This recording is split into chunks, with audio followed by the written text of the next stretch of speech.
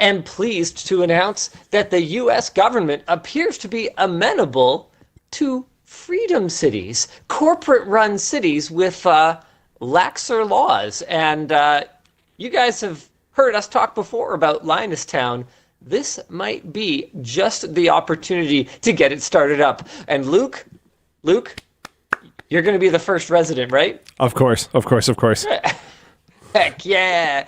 In other news, MSI has announced yet another variation of the RTX 5070 that you can't buy, bringing their total to 19 different RTX 5070s you can't buy. So we're going to be talking a little bit about what exactly it is that inspires board makers to continue releasing more models that rely on a supply-constrained part. Like, yeah. What? What else we got this week? Pokemon Go has been sold to the Saudi Arabia's Public Investment Fund, and Microsoft teases Copilot for gaming, which is like probably the last thing I wanted to hear about from AI. Cool. Nice. I can't roll the intro, so Luke.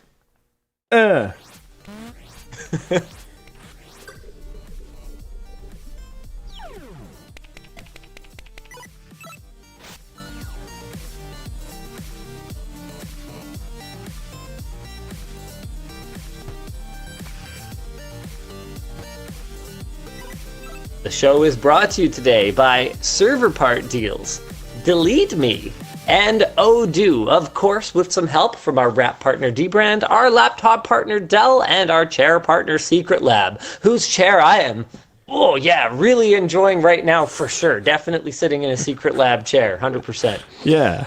What do we want to get into first here? Whoever prepared this Freedom Cities topic, boy, did they ever put in the work, and that's probably a good thing because it's a bit of a prickly topic, and certainly a little polarizing. So why don't we just go through the notes, and then we can talk about Freedom Cities. Sound pretty good? Sound pretty good. Yeah. Lobbying groups in the United States representing startup nations are drafting congressional legislation that is aimed at creating what they call Freedom Cities. Okay, we're going off script already. Isn't this just company towns? Yeah, isn't it? That's immediately what I thought. I haven't dove into this enough. I actually got really excited when I saw all these notes because, again, whoever did this, great, because I haven't done the time to research this properly, but I'm happy that somebody did. But yeah, immediately, company towns. I saw comments on it that were immediately calling out company towns. Those were a massive failure in America. So if these notes don't have what is it? Owe my soul to the company store. If that's not in here, then that's a major swing and a miss. Yeah. For those of you who are not familiar with the history, company towns were, well, pretty much this. They were areas with looser regulation, pretty much nothing in terms of workers' rights, and one of the biggest grifts or biggest scams in company towns was that they would pay you with credits that could only be used at the company store. Some even went as far as to only allow the person who was issued the credits to spend them. So they couldn't even be traded to someone outside of the company to use it in the company store. It was only usable by you. And then because, the company town controls who's allowed to have a store in it, only they were allowed to have the store, they jacked up the price and essentially put you in a position where you were completely at their mercy and couldn't save any money. Okay, sorry. I'm coming back to the notes here. So they imagine that these freedom cities, okay, so that's how we're going to distinguish. When we're talking about the historical side of it, we're going to talk about company towns. And when we talk about the current version, we're going to call them freedom cities. And I use my air quotes here, extremely air quotey. Okay, so these freedom cities should be free of certain restrictive federal regulations that impede innovation. They will be governed by corporations and in some instances should pay less in tax. According to one of the groups that is lobbying for these, named the Freedom Cities Coalition, Freedom Cities are a once-in-a-generation opportunity to solve the housing crisis, bring American manufacturing home, and unleash the full potential of American entrepreneurs through the creation of special districts called Prosperity Zones. Seriously, this is like, sorry, we're going off script again here. This is like straight out of freaking BioShock. You know, like this has literally existed many times in literature and exists in literature because it has existed many times in reality, and we all know how it ends. Yeah. So it's like relatable to write fiction about because it's not that fiction. Oh. According to Wired, the goal of these cities is ostensibly to create safe havens for anti-aging clinical trials, nuclear power startups, manufacturing hubs, and shipbuilding ports, and basically avoid scrutiny from agencies like the Food and Drug Administration, Nuclear Regulatory Commission, and Environmental Protection Agency. Nuclear Regulatory Commission? Man, so they want to do unregulated drug testing is basically like the main thing that I'm reading from this. We want to experiment on humans and we don't want to get in trouble for it. Yeah, and don't forget that they want to experiment on nuclear reactors and don't want anybody looking at it. Nice. And don't forget that they want to do whatever they want to the environment and not have anybody look at it. Yeah. See, that's the thing about like the environment is that, you know, it's the environment. Like it affects, you know, everyone around you. You see that wild thing where what's their nuts like blocked a river from running into a rock? Like if you nuclear something or you know, extinct a species or whatever, that actually impacts everyone. So yeah, that's why you have it everywhere. Cool. Anyway, Trey Goff, the chief of staff of the startup nation / Freedom City Próspera. Man, that is such a, like, honestly, I don't think I could come up with a more dystopian sounding name for a company town. Like, why does it? Because I completely agree, but why does it sound so dystopian? Is it like 1950s, like American Dream, like BioShock stuff? Like, is it BioShock? Are we thinking BioShock? Oh, well, BioShock was already like super derivative. So it's just the most modern gamer culture example that I could think of. 1950s fascist romanticism, said War Weasel. I think Naitohan in Floatplane Chat nailed it. It sounds propagandistic. Propagandist. Okay. Propagandistic. Whatever. It sounds like propaganda. Yeah. And yeah, that's exactly it. It immediately gives me the ick. Because if something causes prosperity, you don't have to call it that. You know? The New York Stock Exchange isn't called the New York Prosperity Exchange. Because by calling it a stock exchange, you acknowledge that it doesn't just go up. You know?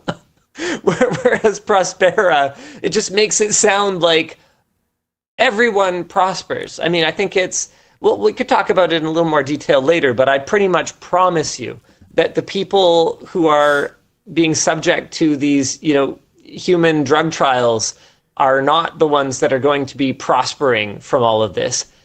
They may make some financial gains, but the irony of seeing the groups that are the proponents of this and the groups that are sort of generally against things like vaccinations being the same people is sort of funny to me, I guess. I don't know. Good luck, everybody. What else we got going on here? So anyway, Trey Goff. Josie, hopefully I'm saying that right. Mayday in Full Plane Chat said China has them. They're called special economic zones and have contributed significantly to Chinese dominance in manufacturing. Which to me sounds that's just another way of saying that you can have forced labor there. Yeah. Forced labor is a really good way to dominate manufacturing. That's true. Very effective. It's high amount of effectiveness. Yeah, it's effective, but it's the kind of thing that as someone who might end up living in Próspera at some point, or in a prosperity city or freedom city or whatever, you shouldn't be voting for this if you are not in the billionaire class, like 100%. Okay, so anyway, Trey Goff, chief of staff of the startup nation / freedom city Próspera, says that he and others from his company working under a lobbying group called the Freedom Cities Coalition have been meeting with the Trump administration about the idea recently, and says that the administration has been very receptive.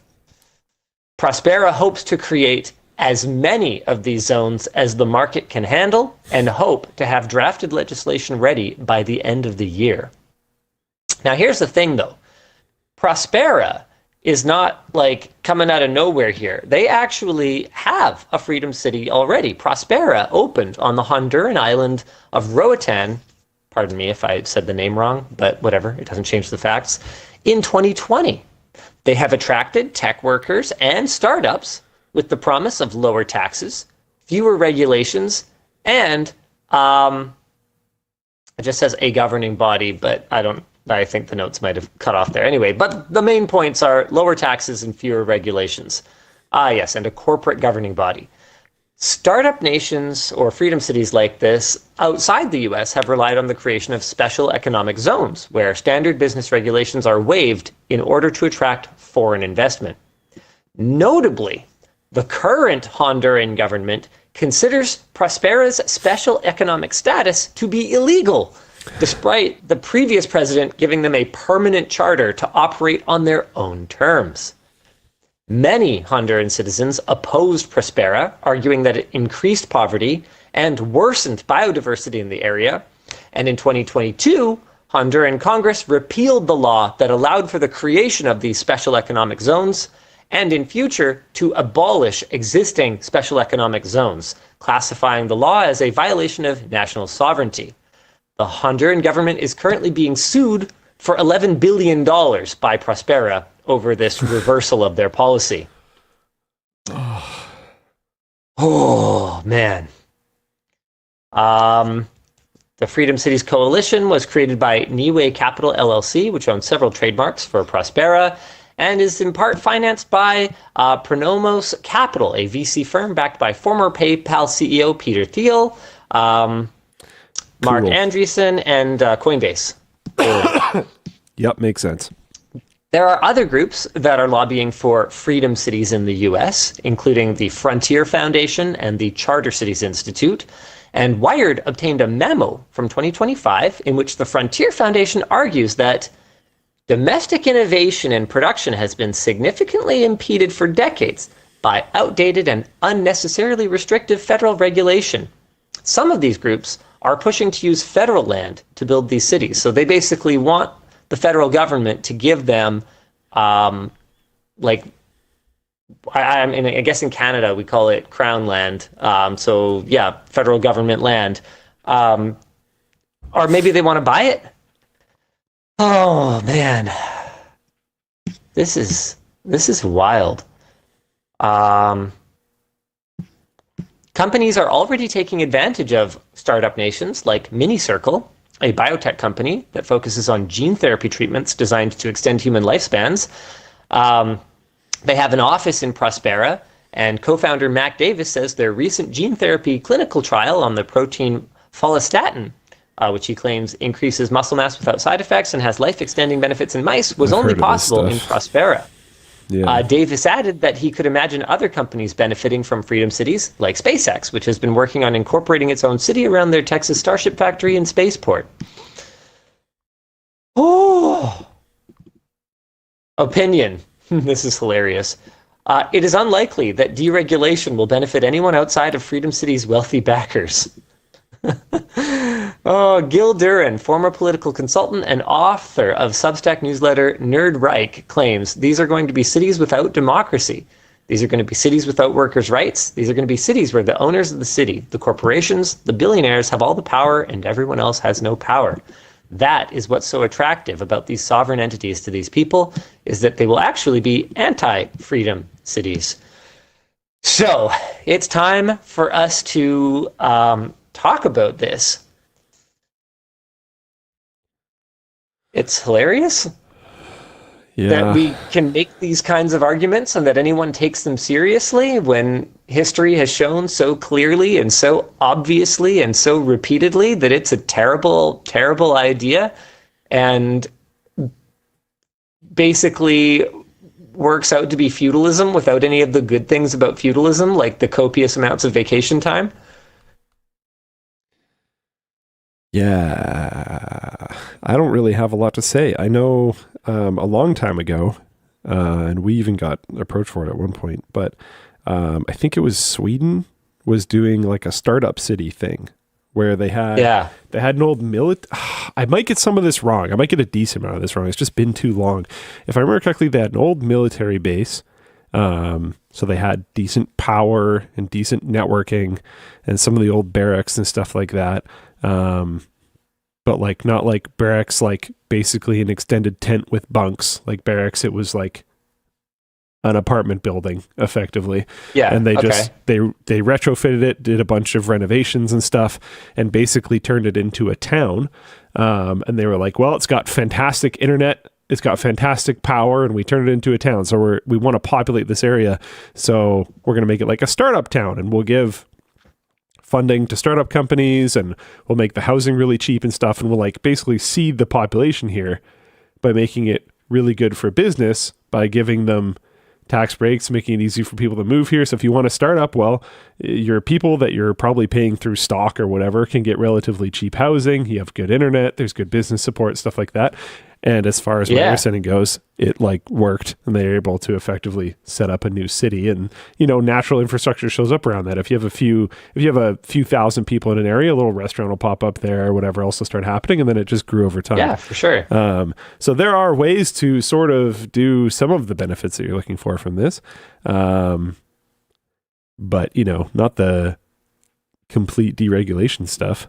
It's just wild to me that they're being so transparent about what it is that they want, and that we're not kind of going, whoa, red flag, red flag, red flag. It's like, yeah, we want to do do human drug trials without any regulatory scrutiny. Like, but like that's the part that that's the part that you gotcha later. That's the part that that's the frog boiling. You don't say up front, like, yeah, we want to do human drug trials without anyone paying any attention. So I am going to say something that is, I want to make very clear, is me playing devil's advocate here. Oh boy. Because I do not believe that the complete removal of regulations that are designed to keep everyday citizens safe is a good idea. I think that's an experiment that we've hold on.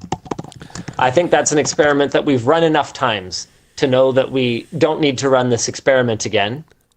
But here's what I will say. You made an argument a little while back with regards to AI, where you basically said, okay, well, look at the look on his face. I think he knows where I'm going, but he's not going to cut me off for a change. You made an argument about AI recently where you were like, well, okay, the horse is out of the stable. Every other country that has no copyright is going to train their AIs on copyrighted materials. So we either just say, okay, screw it. We don't worry about copyrighted materials, goodbye laws, or we lose. We lose the AI race. And here is what I will say. Is that not fundamentally the exact same argument that these guys are making? We are losing in manufacturing. We are losing in drug development. We are losing in private sector nuclear innovation. We just need to YOLO the same way that our competitors are YOLOing, because you know that in the Middle East, they're going to YOLO. You know China's going to YOLO. That appears to be their argument. And if we draw the parallel to your AI argument, where we basically go, yeah, our laws that are in many cases good laws meant to protect people, meant to protect whether it's rights holders, in the case of copyright, from having their works used to train AIs that will ultimately steal their jobs, or whether it's to protect people from, turning into nightmare science experiments because of unregulated drug testing or whatever. Are these laws going to hold back America? I'm sure in some ways they will, but I also think deregulating nuclear might hold back America pretty dramatically as well. As much as breaking copyright is like horrible for lots of people, I think the impact of just allowing slave labor in the States, if that's what making manufacturing better is, or deregulating nuclear, has much more negative potential impact than the admittedly really brutal impact of just everyone's copyright being effectively meaningless moving forward. But yeah, I don't know. It's an interesting one. I feel like they are trying to be blatant about what they're trying to do, so that when somebody goes, whoa, whoa, whoa, whoa, whoa, and tries to turn this around after they've already been established, they can sue the crap out of the country. That feels like the reason for them being blatant to me. I could be wrong, but I'm not sure. You could be right. They have much more ground to stand on if they were very clear about their intentions the entire time. Also, I think they're really pushing the manufacturing thing in order to appeal to the current administration, who has been talking about bringing manufacturing back to the States. But I suspect, due to how quickly they shifted off of manufacturing and started going, yeah, but all this other like cool stuff would happen too, that really the focus would be on unregulated testing. So drug testing on humans, nuclear development, stuff like that. And I think there's, I don't know. I don't know enough about those arenas. I know more about the AI stuff. So I feel like saying anything there would be a problem, because I don't know enough about it. But I'm not like certain that that Americans are falling behind in that regard. Like, I think American pharmaceutical companies are still running most things. There's the weight loss stuff that, as far as my understanding goes, they're not doing the best at right now. I think the Dutch or something have the fancy one that everybody likes. I don't remember the name of it. Whatever. But the Dutch is still pretty the West in terms of like clinical trial regulations. Ozempic, so that's the one. Is that Sweden? I don't know. I don't know much about it, but I know that one's like not American or something. So, okay, maybe they lost that race, but like they seem to win most when it comes to pharmaceutical stuff. So I don't know that that's necessarily happening. And then nuclear, like, I don't know. I don't feel like you need to deregulate it. Like I don't know that America is necessarily leading nuclear, but like you almost never hear America talk about nuclear. So maybe you should like care about it more, and then you do fine, probably. Dude, I think the main issue is that not Dutch. I don't know, dude. Really... I said I didn't know. Leave me alone. I don't know who it is. I don't care about Ozempic. Whatever. Anyway, sorry. The main issue is that it's there's no real alignment, right? Like on the one hand, it's like, yeah, more coal. Let's bring back coal, make it great. And then on the other hand, it's like, yeah, but there's too much regulatory crap around nuclear. It's like, what? nuclear. I thought you wanted more clean coal. Like what are we doing here exactly? It seems a little unfocused, to put it mildly. And this thing is much. It's a crazy. Like I would feel. Okay, to be clear, I'm not saying I would feel comfortable. I'm saying I would feel more comfortable if they were specific, I think. And like one at a time was approved. If they were like, we're going to pick this one area way out in the desert like we have before, where we're going to do maybe not regulated, but less regulated nuclear testing or something like that. Or maybe it's not less regulated, but they have people from the nuclear whatever thing like on site all the time. So that they can so they can fast track stuff, fast track approvals, do whatever, like have a like rapid development zone basically, where it's like an area that is made for that, and you have government officials like on site that are able to look at things and improve things more quickly and keep the wheels of progress moving like that. That sounds like interesting to me, but just a blanket like, we're going to build as many of these cities as we possibly can, and who knows, I don't know, maybe company store, maybe slave labor, maybe drug practices, maybe nuclear stuff. I don't know. Like that's just, it's too wild to me. I think there's ways to accomplish the goal here that isn't just giving people the blanket ability to not have laws. I don't know. And like, I want to make this very clear that from a business owner standpoint, I find the land zoning and building code annoying. And regulatory hurdles that we have in place here, very stifling. Yep. And I'm sure they are. And honestly, I doubt they're as stifling, but I'm sure they're also very, very annoying to deal with in the States. Yep. And so here, I'll give an example. In the badminton center, okay, if you guys remember any of the tours that we've done, there's a wall down the middle between the two halves. Okay, so one half is going to be always badminton all the time. The other half is wired up for LAN parties, like esports gaming events, that sort of thing. So it's got all the power and networking and everything. We have 4 doors in between the two sides because under normal circumstances, people need to be able to cross over if their group is, split across courts on 2 sides, or if we have a tournament or something that's using the whole facility and someone has their bag like over here, we don't want them to have to hike all the way around to the one door to get to the other side. So at our expense, we put a bunch of doors in that wall so people could cross through. Again, at our expense, we put access control on all of those doors, like unify scanners, so that if you have a wristband or something, you can boop yourself in to an unauthorized area, whether it's the gym upstairs or whether it's the other side of the courts or whatever. So we've got these scanners everywhere. All right. As part of our temporary use permit approval to use this building for esports and LAN gaming events, we had to have an engineer relook at our fire egress safety evacuation plan.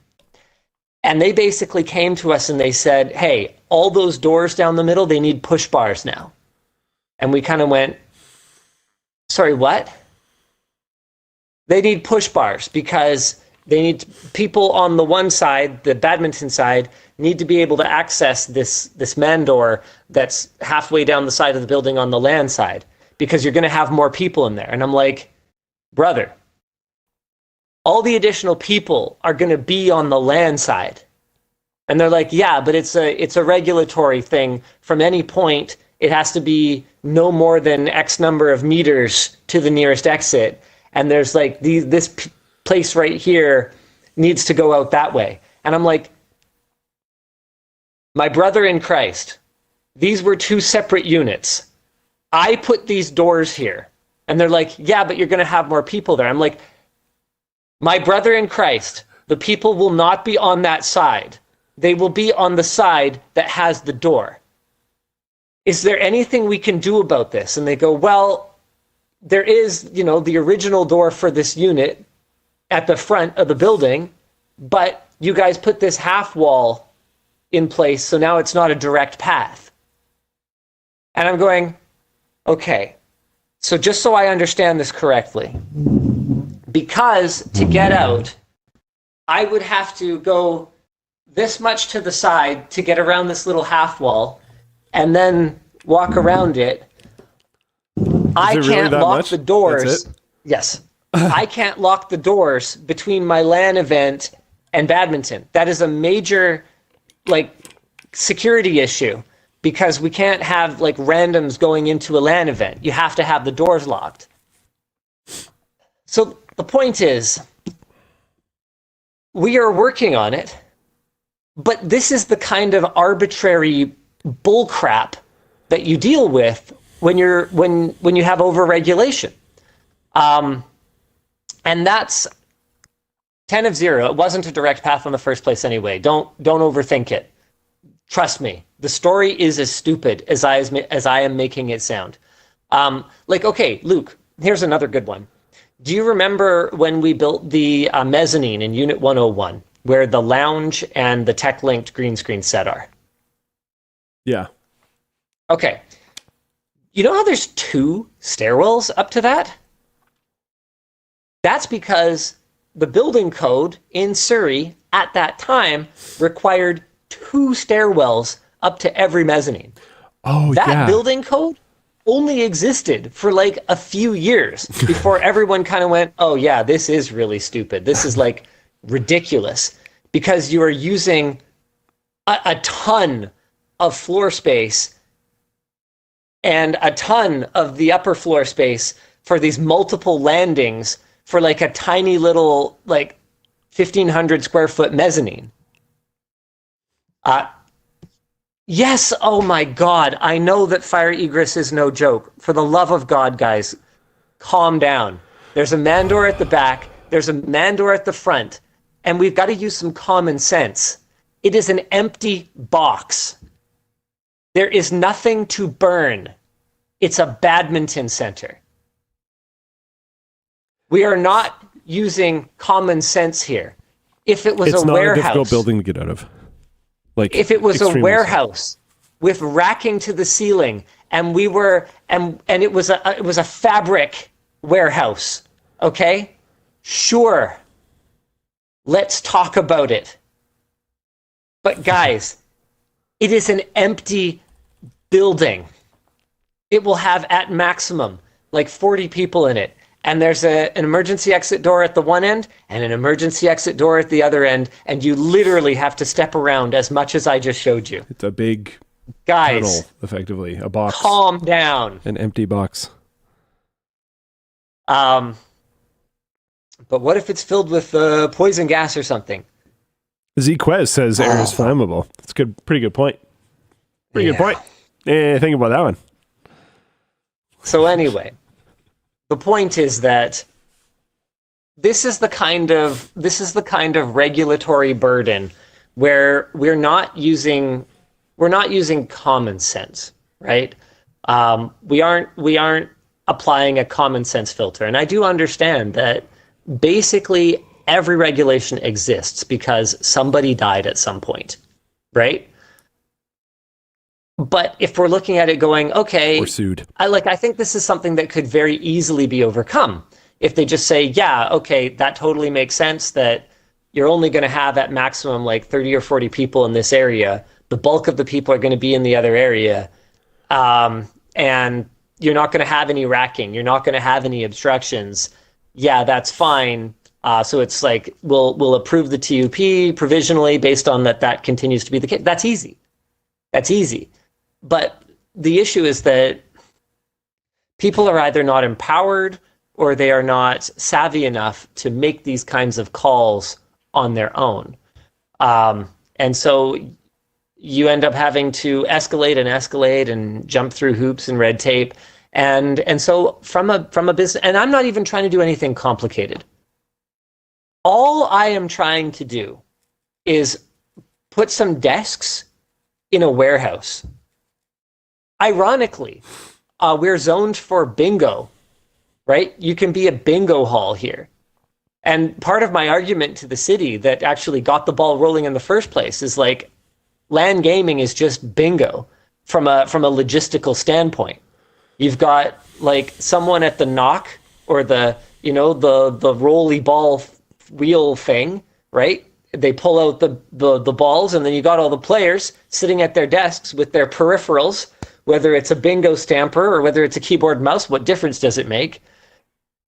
From a layout standpoint, from a density standpoint, it is the exact same thing. The only difference is that someone who ran a bingo hall, 40 years ago or whatever, greased the palm of someone in City Hall and got an exemption. That's the only difference, right?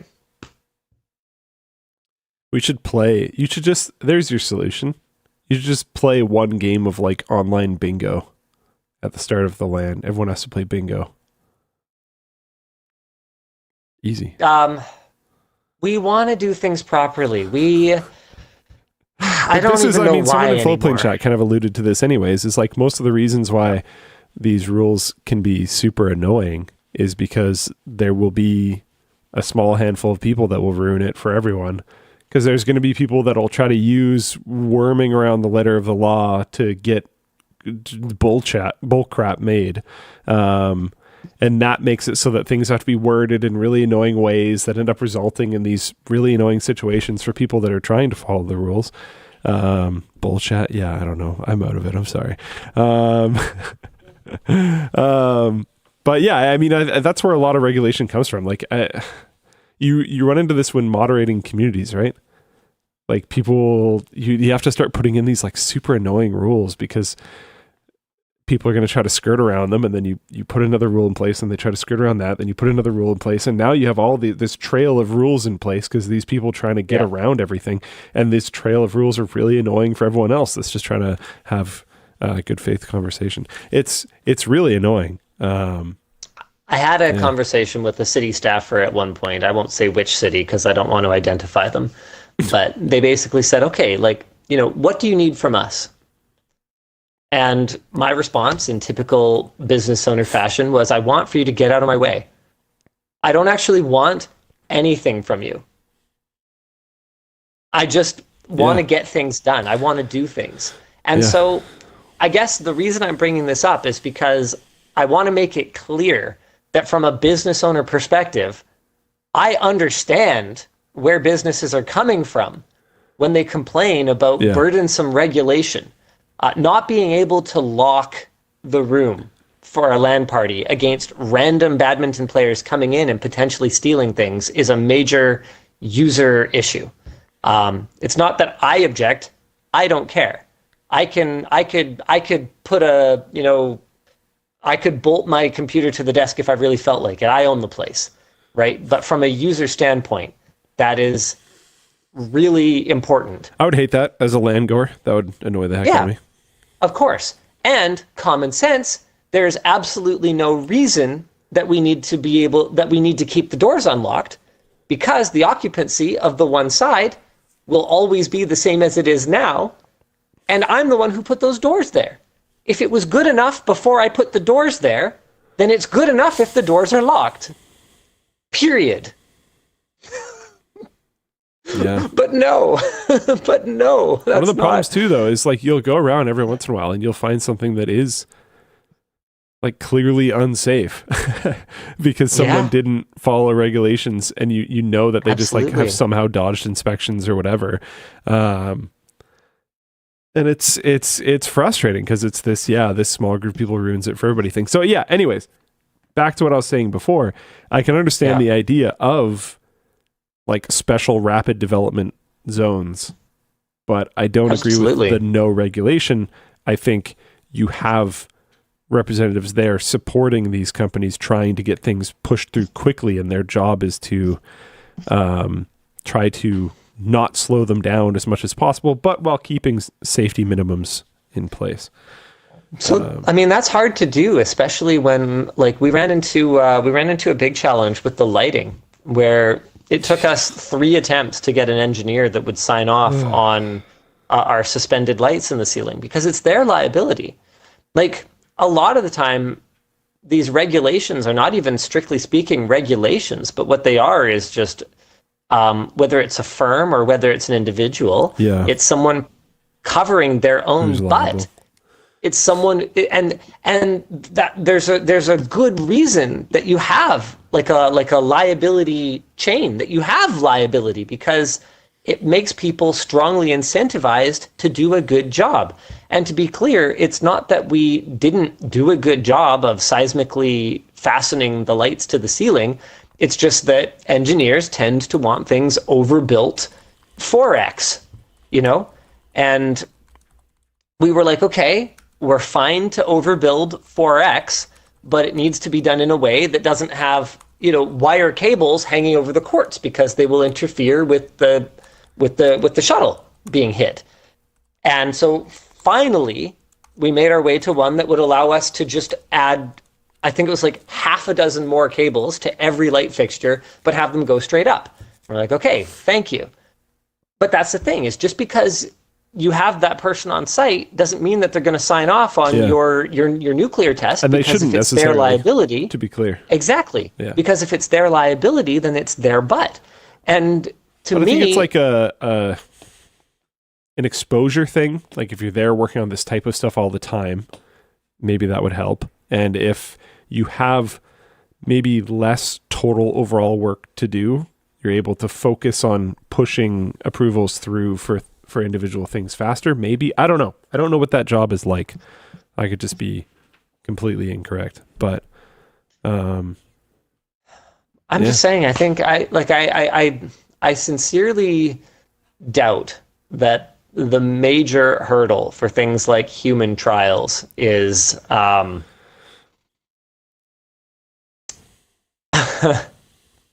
well, I don't know. It could be.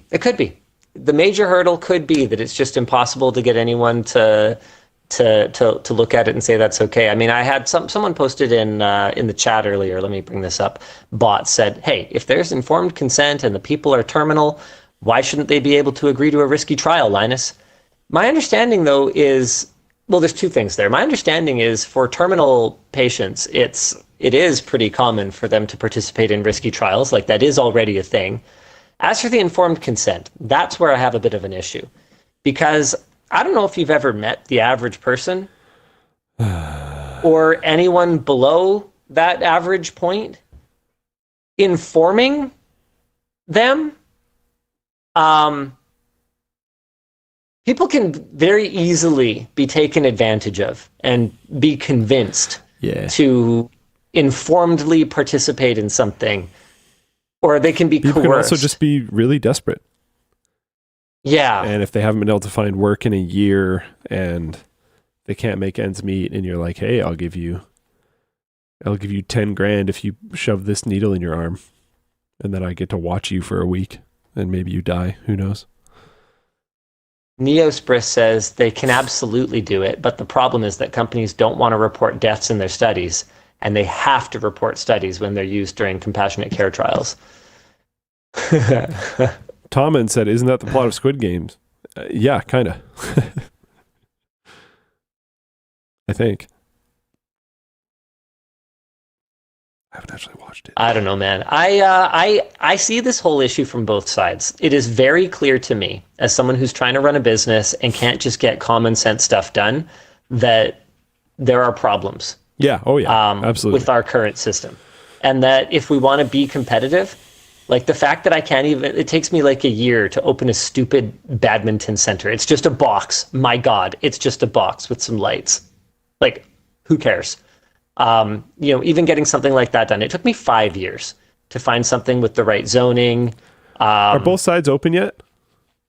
Oh, yeah. Both sides are open? The floor is done on both sides?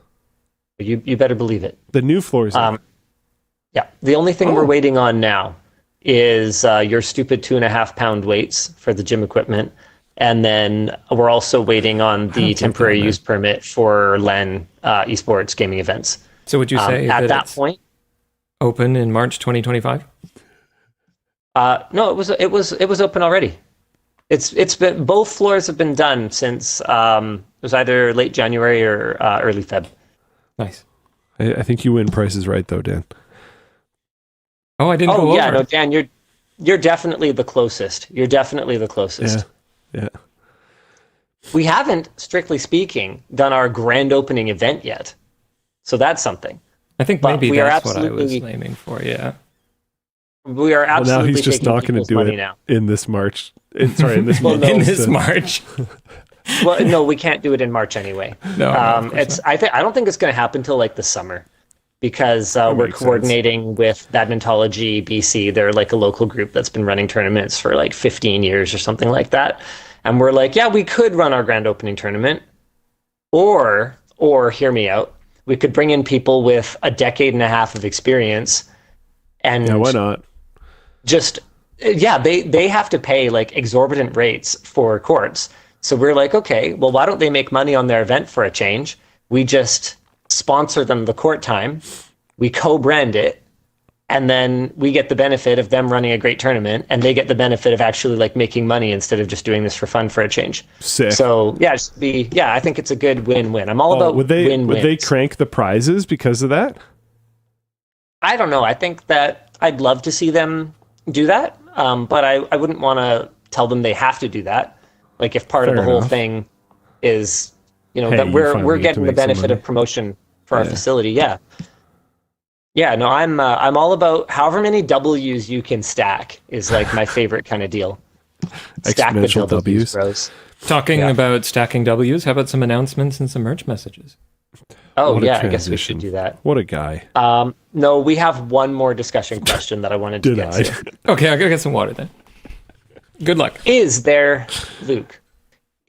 any corporation that you would trust to actually make a good freedom city, that you would be willing to commit to live there for a year? This is a really good discussion question from the writer for this topic, who I think was Jake, based on that he was making little changes to it as we were going through it before. Don't look Oh. at chat. That's cheating. They That's said a hack. I won't say it, but they said such a good one.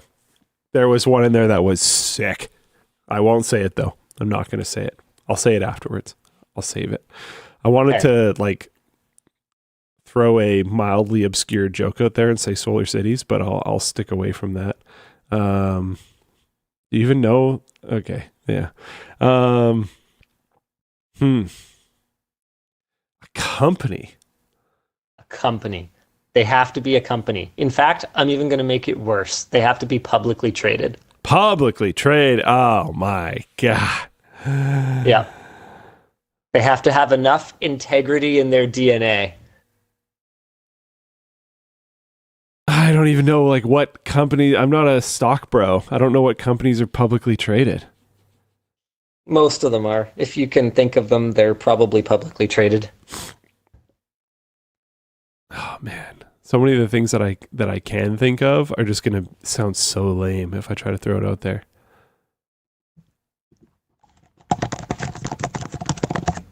I think I've got one. I've got one. I don't think it's very Okay. good though. Okay. No, I don't. All right, like you want to mine. go first? I don't like mine, but I can go first. Okay. I'll do two. I don't like either of them. Okay. All right. Framework and Valve. Framework. Okay, Valve's not publicly Valve's not traded. publicly Neither traded. is Framework. So yeah, you Framework swing and is a miss it? on both parts. Oh, you Nope. told me they'd all be, and I found two that weren't. Okay. Look at me being a special boy. I would consider investment disclosure. I would consider living in Framework City. Yeah. I feel like they'd have a good framework Ay. for how things should be set up. Nice. I'm gonna say Royal Caribbean. Not because I think that everything that they do would be like Oh man. amazing in any way. That doesn't or feel whatever, fair. Like boy, If did they float ever into like international waters, aren't they just effectively doing that? No, they're governed by laws, but it's complicated. Huh. But yeah, I just feel like whatever their city would be would probably be. I don't know if they'd get a lot of work done or whatever, but they would. It would be comfortable. It'd be very comfortable. I think I could live there for a year. But yeah, no, chat definitely had the best one. Costco is definitely the best answer. I would live in Costco City. The second I saw Costco, I was like, oh, of course. They already have Kirkland spite- clothing. Yeah. Yeah. 100%. Dude, $1.50 glizzies, I dude? I would unironically shop at the company store. Always. You want to know? You know what? I'm just gonna break it right now. You want to know what? Glizzies. Do you want to know what the labs voted as the quarterly activity that they want to do this quarter? Do you know what they voted it to be? What? And it won by like, I literally don't know if anyone voted for any other. I think literally every single person voted for this. I think it's unanimous. They just want to go to Costco. What? And do what? Like eat the sample food? Just be at Costco, I guess. Costco poutine is fire. Get cheap hot dogs.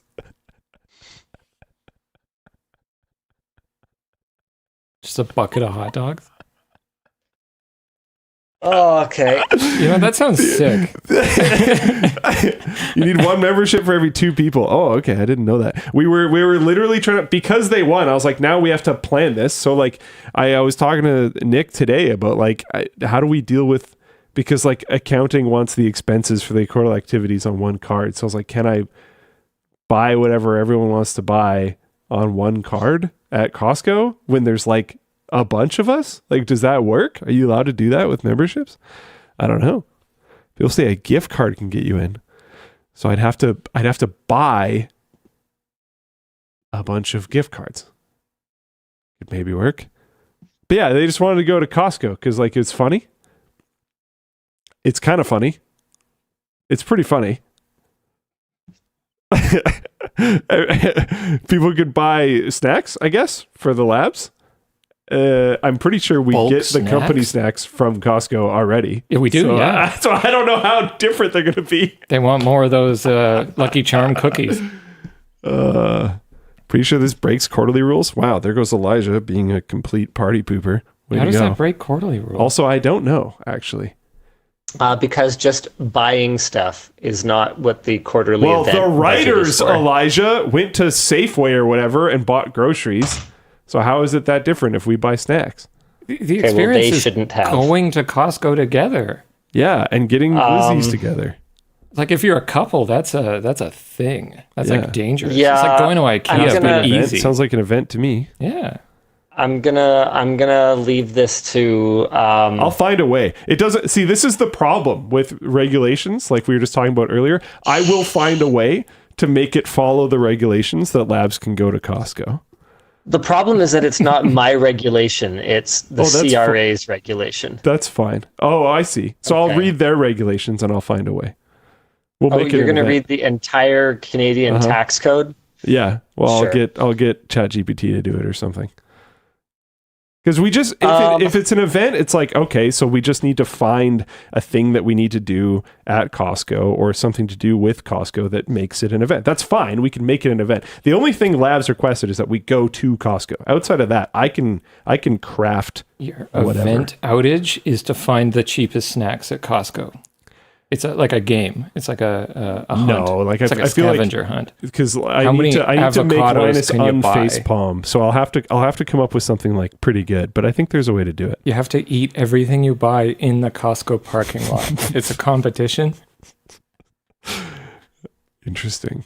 A glizzy actually, eating contests are against company policy as well. Okay. Yeah, but I thought it was a CRA policy. That's fair. Well, no. Now we have layered policies.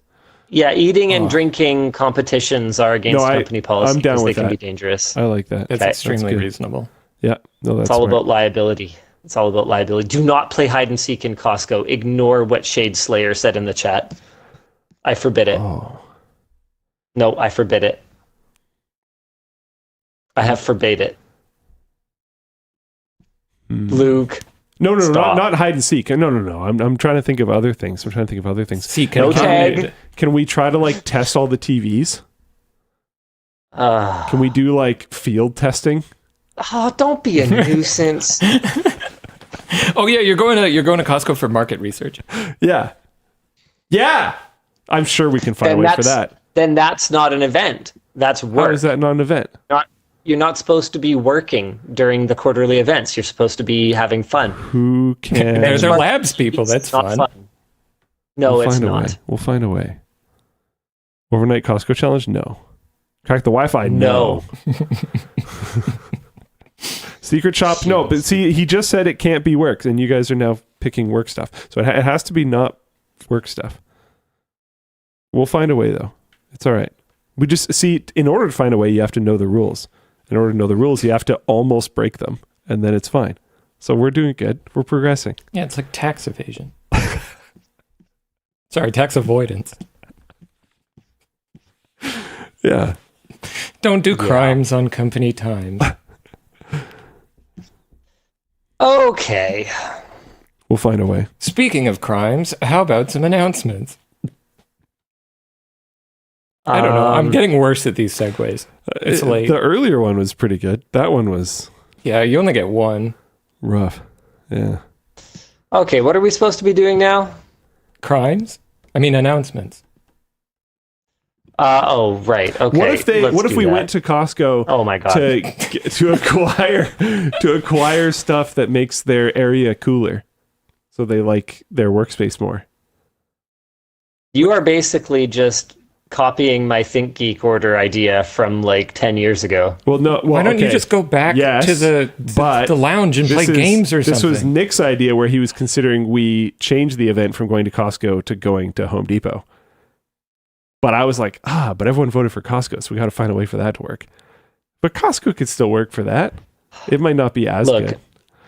I literally stepped down as CEO so that I wouldn't have to do this anymore. And so that I found a way. So that I wouldn't have to deal with this kind of slippery slope bullcrap anymore. Because the second you guys go to Costco, someone else is going to be like, okay, well, then we should be allowed to go to Safeway again. But I was going to say they did it. But it's because you went to Safeway that we had to make this rule in the first place. Every rule exists because someone tried to abuse it.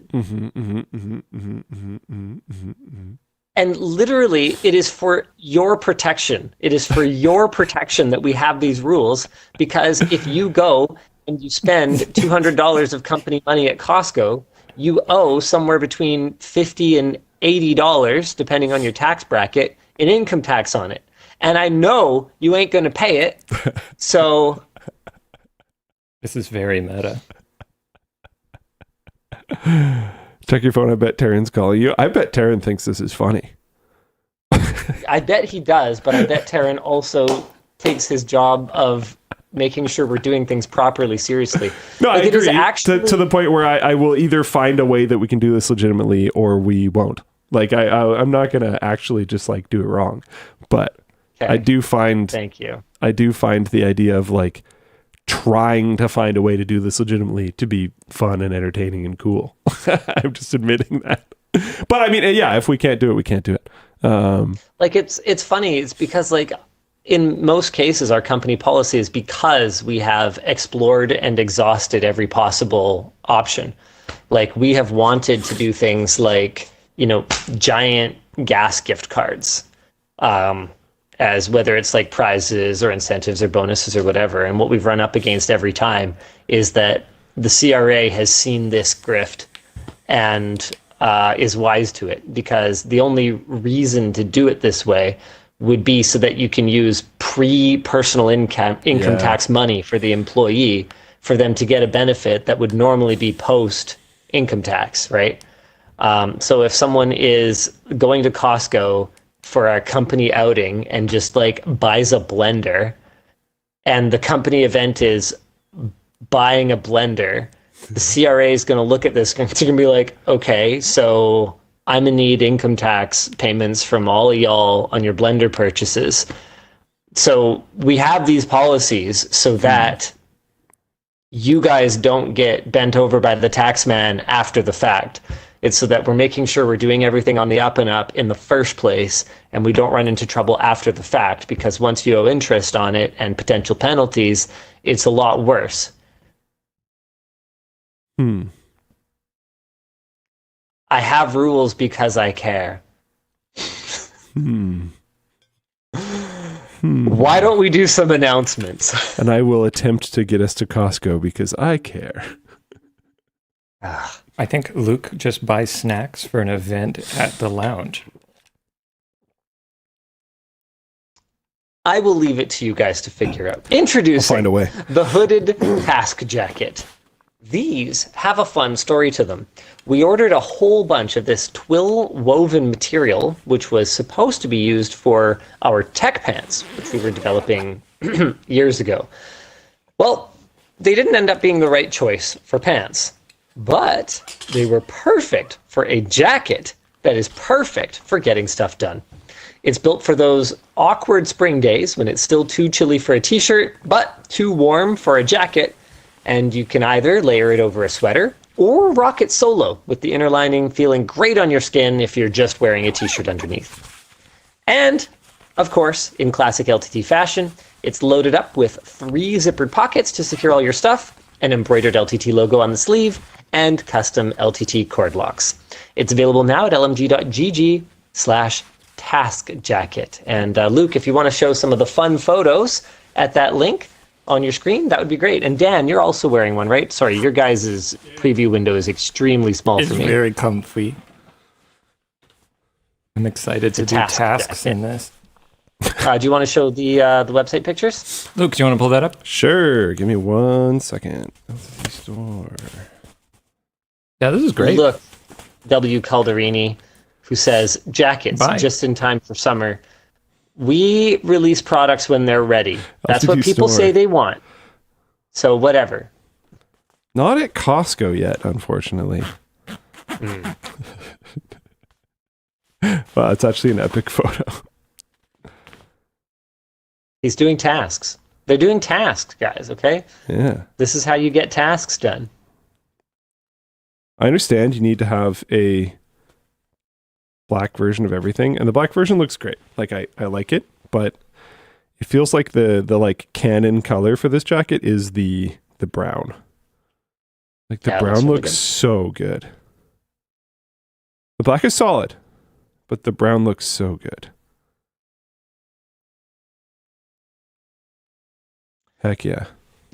All right. In other announcements, LTT X Larian Studios backpack. Let's go! Plus giveaway.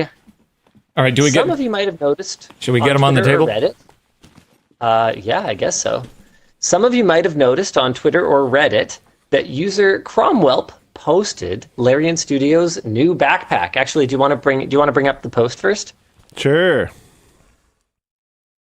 We partnered with Larian Studios, makers of Baldur's Gate 3, to produce about 800 of these bags for their entire staff, featuring a custom design on the front pouch, a Larian Studios patch on the side pocket, and a custom interior lining. Let's go back to the wide of Luke and he can show off the patch. Oh, beautiful. And the custom lining. There's all you have to do to get one. There's kind of multiple parts to the custom lining. So sure, go for it then. The first off, in the big like pocket of holding area, there's another. It's a little hard to show, but there's another like badge, and then the printing. You could switch to the Luke cam, Luke. Just an idea. Huh. Nice. Questionable levels of success. There's also a lot of boxes in the way now. Maybe we go... Okay, well, it's a black screen for me, so you might want to just go back to the wide. Uh-oh. So that's the loot cam right now. Very helpful. Nice. That's the Linus cam. Great job, everyone. Show it this way. There we go. Nice. Back to the loot cam. Okay, hold on. No, that was good. Professional production company, everyone. Okay. There we go. Fine. There's the inside. So cool. So you've got another Larian badge. It's like this gray instead of the orange. And these logos in the background, you might notice they're not all the same as the standard badge one. And that's because it's their localized studios logos. So they have studios all over the world, and these are the logos for the individual studios, which is super cool. Another cool secret of the inside of the bag is what I'm going to call the Combined Works logo, but I don't know what you would want to actually call this. But it looks so sick. I don't know why. It's so simple, but I just like it a lot. Look at that. Isn't it just sick? It's just LTTX Larian, but I think it looks great. It's beautiful. And all you have to do to get one is go back in time and get a job at Larian. This is and embossed. Work on Baldur's Gate 3. I think you mean embroidered. Embroidered. That is what I mean. I say the wrong words often. Yep, that's fine. I know. Or you can be Luke, who gets one of the backpacks. Wait, who gets 11 backpacks? Luke, I don't think you need 11 backpacks. So I'll make you a deal. Okay. You can keep one. Okay. And we'll give away the other 10. Okay. So if you guys are feeling lucky, there may be something on LTTStore.com that will take you where you need to go to enter this giveaway. Maybe near something that has your back. We're going to be drawing winners next Friday, so make sure to keep your eyes out and enter before then. Pretty exciting. Okay. And I would just like to say thank you, Larian Studios, for your patience on this project. Because of some of our issues with backpack suppliers and backpack production, it took a very long time to deliver these backpacks. But I had an idea, Luke. I pitched this to Taryn. I was thinking that, if we ever wanted them to work with us again, maybe what we could do is we could document a start date and come up with like an idea for something and then send them a timeline. Basically send it to them unsolicited. Be like, okay, here's a thing that we made. Here was the entire timeline from concept to sending you these units. If this is acceptable, let us know and maybe we'll work together again. Yeah. They were spectacularly patient and amazing to work with. They were very patient, yeah. Yes. They were cool. But basically, the final backpacks that they got are not from the same supplier that the sample backpacks were from because it was no longer possible to get them from the original supplier. But that it took us a very long time that they have the resolved. Nice dual layer bottoms and they have the corrected carabiners and all that kind of stuff. Yes. So they're in a good state. Bots asks, are custom backpacks a possibility if we order that many? I mean, anything's a possibility if you order enough. 800 bags was enough for us to make something happen here. And I think we could get it done a lot faster if we were to do it again. Mm-hmm. We have a much larger, much more engaged partner on the backpack manufacturing side right now. With that said, there are going to be some challenges with all of the tariff situations that are going on in the world right now. So who knows? The world's wild right now. Like I was talking to a PC case company that was like, yeah, we're trying to get some cases over here before some new tariffs get applied to them. And what we realized is that even if we could get an order in, there's no way we could get it in time because everybody thought of that. And the ports are like swamped, absolutely mired in shipments right now. This is from a single source, so take it for what it is. But logistics right now, apparently very challenging. Yeah, that makes sense. All right. What are we supposed to be talking about? Luke, you want to pick a topic? No, we got to do some merch messages. Yeah. Okay. I'm going to have to rely on you guys to kind of do that because I didn't remember to set up the dashboard. So, cool. Yeah. Well, let's see. I think I've got one here for Mr. Luke. Hi, parasocial friends. I recently got promoted to lead software engineer. I want to build an awesome team, but my DRs are all over the world. Got any advice on how to build a strong team remotely? DRs. Oh, direct reports. I don't know why, but I don't think people have shortened that when talking to me before, but I get it. Direct reports. It can be really complicated if you cross certain time zones. I find for our group, we have all of North America, and we have Europe, and that works pretty well because you set most of your crossover meeting times to be right at like around 9 a.m. Because if I remember correctly, that's like 4-ish p.m. for like UK area, and then it gets a little bit.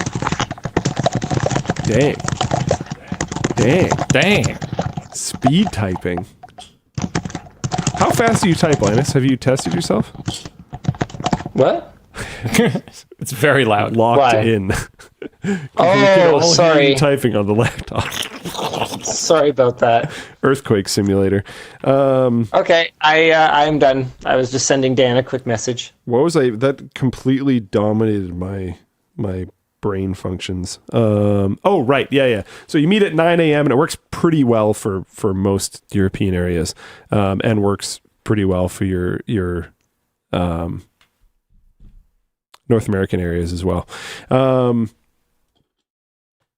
Other than that, like, I don't know. You're going to have to get pretty used to handoffs and check-ins. Ideally, you are hiring and working with a team of people that are pretty good at working alone, unless your team is pretty big, because it's often beneficial to have mixtures of disciplines across the time zones. Like one benefit that we have is that if you need someone of a certain, if you have a large enough team and you need someone of a certain discipline, there's like kind of always someone online, which is nice. But that also means that those people aren't working with each other all the time. So sharing knowledge between those people, and making sure that everyone's kind of staying same page can be more difficult. But like for instance, my team, we meet twice a week for an hour. We very rarely use the whole hour. I pick a part of the meeting where, like, once certain things have been accomplished, I say a generic phrase like "have a good rest of your week" or whatever, so everyone knows that, like, it's cool if they leave now. And then some teams, one of my teams, everyone just hangs up immediately. Another one of my teams, nobody leaves and everyone just hangs out and chats for the rest of the meeting time. Another one of my teams, everyone very formally says goodbye. Every team's very unique, but you can like allow for some space for people to hang out and talk so that you can have that team building stuff. I find that is more likely with remote teams that they will do that. With local teams, they're like, I don't care, I'm going to see you in 10 seconds anyways.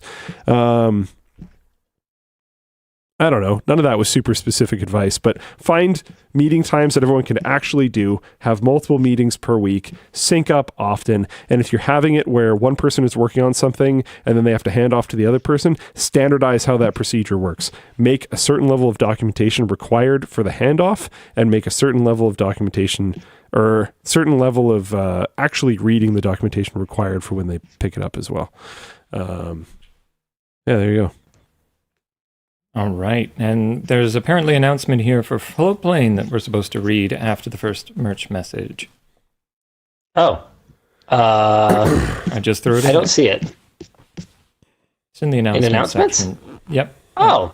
Some of you had a keen eye on our AMD GPU review video, which, yes, was partially shot at the Texas LAN house. Luke, do you want to screen share the Texas LAN house? Sure. Nope, we're apparently supposed to go to Floatplane and click around in the video while doing talking points. So the Texas LAN house went kind of viral on Reddit. Hold on, wait. Isn't that the same thing? I'm supposed to show that, right? If we're clicking around the video, we're supposed to show it? Yeah, the link's there. Yeah. Yeah. Well, I had meant show the viral Reddit post initially. But yeah, no, you should show the video. So we did a tour of it. And we've got an early sneak peek up on Floatplane right now. We've got a few timestamps for Luke to show you guys. I am ready whenever. Starting at 6:17, which is the adult playroom. Throw it over there, Luke. Do you want to hear it? I don't know. Let's go no. Okay. At 13:58. My son and Kenton open up the DDR gaming station. We talk about how Yvonne wants one. I think the final video that goes up on YouTube will be more of just like a tight scripted tour. Yeah. Whereas we got a ton of behind the scenes of just like Kenton showing us around. It's pretty cool. So there's 4 DDR pads built into the floor. 1921. Shows the server rack full of gaming computers. Oh, you'll find it. I went to 2021. My bad. So many gaming computers. Yeah, those are all full like desktops, right? Oh yeah. Yeah. Oh yeah, bud. Crazy. They thought about using virtualization, but I think ran into a lot of the same challenges that I have in the past. Yeah. Anti-cheat doesn't like it at all. Yeah. 3521 says actual GPU shooting. I don't know what that means. Yeah, hold on. 3521. Actual GPU shooting. Oh, this place is the shooting wild. of the GPU review video. Oh yeah, okay. And then at 3822, I, having played DDR only like 2 or 3 times before in my life, played DDR versus Kenton. I did not do well. Look at you not even pressing the... Oh, perfect, great, perfect, great. Yeah, okay, but look at how right. basic mine is compared to his. I'm playing on like super easy noob mode. Yeah. You don't have a bar. The bar does make it like wildly easier. He apparently doesn't like the bar. Interesting. He's not a bar guy. Yeah. So... we're going to be doing a video showcasing the full house, and Andy, our camera operator, filmed this behind-the-sscenes and mini vlog about our trip to the house. It's not coming out till early April, so if you want a sneak preview of what's to come, you can check it out at lmg.gg/floatplane, or if you're feeling lazy, you can just subscribe to our YouTube channel as a channel member. Huge shout out to Kenton and Jade, who graciously let us film there, both doing the tour of their house as well as shooting our 9070 review video. Yeah. I got one more merch message here before we move on. Good evening, Sebi, Laffy, and Bessie. I have yet to lose a video game to my 14-year-old son, but that day is coming. Linus, what games can you confidently say you'll never lose to yours? Ooh, I don't know. He's pretty good. Yeah. Like, You gotta take those down. I was just gonna push them. Like, he can beat me in, like, Ultimate Chicken Horse. Like, it's close. So for, like, 2D platforming, it's really, really close. Is there a game that you actively play as much as he does? Because, like, there's going to be games he can beat you in for sure that he plays all I mean, the time. he's old enough now that he has his own preferences, right? Like, he doesn't just play whatever dad plays. So, like, I'm better than him at tape to tape. But... he picked it up really fast, especially he was not naming any names last time compared to some of the other people that we've brought into the crew. Low bar. Yeah. Something that I've noticed with him though is that, like, I swear it's within like the last year or two at most. Yeah. There's been a huge spike in like his ability to perform in games. Yeah, no, he's like good. Like, Yeah. if we like I was standing over him and he like won Fortnite, and I was like, do you do this regularly? And he was like, oh, I don't know, like once out of every some amount less than 10. And I was like, oh, okay. So he's like, yeah, and he was just like mowing down human players. And like you can tell from the usernames, I think it was, I looked it up at the time, but they were like definitely human players. And I'm like, okay, well, I mean, I guess that's something. Look at this, right? Little man's not super little anymore. Oh, heck no. Yeah. No, that nickname has become less and less appropriate over the years. Yeah. I don't know how long we're gonna keep it up anyway, but yeah, no, he's very much just like slightly like the nickname. Oh, because it sort of seems like it's getting unnecessary, but it's kind of up to him, I assume. Yeah. I mean, yeah, that should be a decision he makes. He's getting old enough that he can kind of make decisions for himself. Yeah, I'm still trying to think. Like FPS, he's probably on my level, so it would come down to, what game we're playing. Like if we played something that he has a ton of hours in, he would have a huge advantage. If we played something that I have a ton of hours in, I would have a huge advantage. Like, in a lot of ways, knowing the map, knowing the weapons, knowing the meta is way more important than just like raw FPS skills, unless you're playing like Quake Arena or something, right? I beat him at an RTS, like, very easily. Just because he hasn't really played. Yeah. But I think if we picked up a brand new game, he would probably be like on par immediately, and then he'd probably beat me in a very short amount of time. I mean, just like basic biology stuff, like reflex level, he's just going to kill you. Yep. Every day, Just I always joke about this. I'm just like, every day, you know, I get older, dumber, and slower and weaker. And every day you get, well, older, but also like smarter, faster, and stronger. So yeah. That's just the way it is. That's the way it is. And I think my like, the last 1 or 2 years thing, I think it's just those curves have started getting a lot closer. Like 2 years ago, if we played a game, like, it's like, okay, time to carry little man, which was more than fine. You know, like no problem whatsoever. But it was like, the goal is carrying little man. And now it's like the goal is trying to not lose as much as possible to little man. Like, it's the mission has shifted.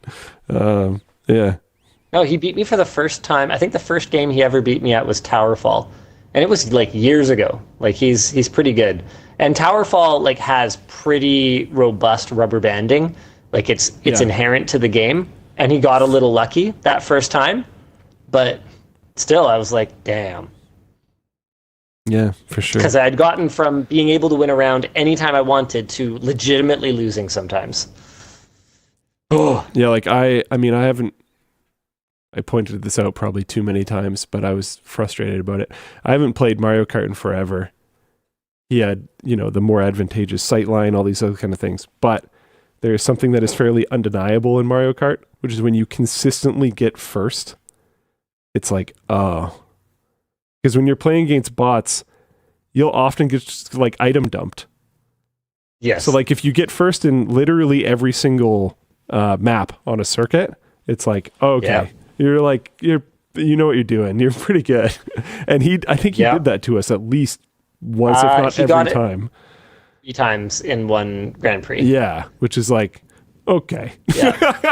All right. Now, our advancing age did make that split screen on the Switch. That was tough. I don't know how much realistic competition we were going to be, because we were trying to play on a Switch in an airplane. So like, I mean, neither of our eyes are amazing, and we're like leaning over trying to see it properly and stuff. But the reason why I mentioned the AIs is because he did that against 150cc AIs, and people are going to say like, "Oh, it's not that hard." The hard part that I'm pointing out is the consistency. Yep. And also it's a gap. It's a change compared to 1 or 2 years ago. And neither Luke nor I are like completely unversed in the Mario Kart art. Yes. Yeah. So it's not like we were, even though it was hard to see and there was a bit of joystick drift to contend with, it's not like we weren't there. No. Causing trouble. Like the problem that I had was I literally could not see bananas. So like I remember I was in first, and in one lap I hit 5. It was just like, I guess I lose now. Like there was no way to recover because I hit 5 bananas in one lap. I could not dodge them. So that was a little bit unique, but it what I'm kind of pointing out is that our performance, as much as we sucked, isn't even super relevant to the observation that he was really good. So I don't know. Yeah, it's interesting. Should we move into another topic here? No, let's do some sponsors. I'm sorry. Oh, what? We should do one more topic. Yeah. Okay. Overruled. Pokemon topic. Go sold to Saudi Arabia in public investment fund? Fine. We can do something else if you want. I was going to do MSI announces their 19th That's our other major topic. Let's do it. Fine. Yeah, okay, yeah. Okay, MSI announced the Shadow 2X and Shadow 2X OC, a dual fan design for the RTX 5070. It appears to be the smallest 5070 from any manufacturer, at least according to PC Part Picker, being only 231 millimeters in length. here's my issue with this, and I've seen this a lot of times, is why does MSI need 19, I kid you not, 19 versions of the RTX 5070 when they don't appear to be able to consistently ship any of them at MSRP? What is actually going on here? I legitimately would like the answer, because I legitimately don't know. What is the point of creating more and more and more versions of this GPU when you can't fulfill orders for your earlier GPUs that you already released? Some of them are so similar too. Okay, hold on a second. So Ed Zelm says MSRP is too low. Yes, that is one of the reasons. So you stop shipping your MSRP card that you released and you go, oh, I don't know what you're talking about. Well, we have an MSRP card. We just don't have that one right now. We have the more expensive one. But in a lot of cases, that's not even the defense, because it's not just always a new higher price one. It's just another one.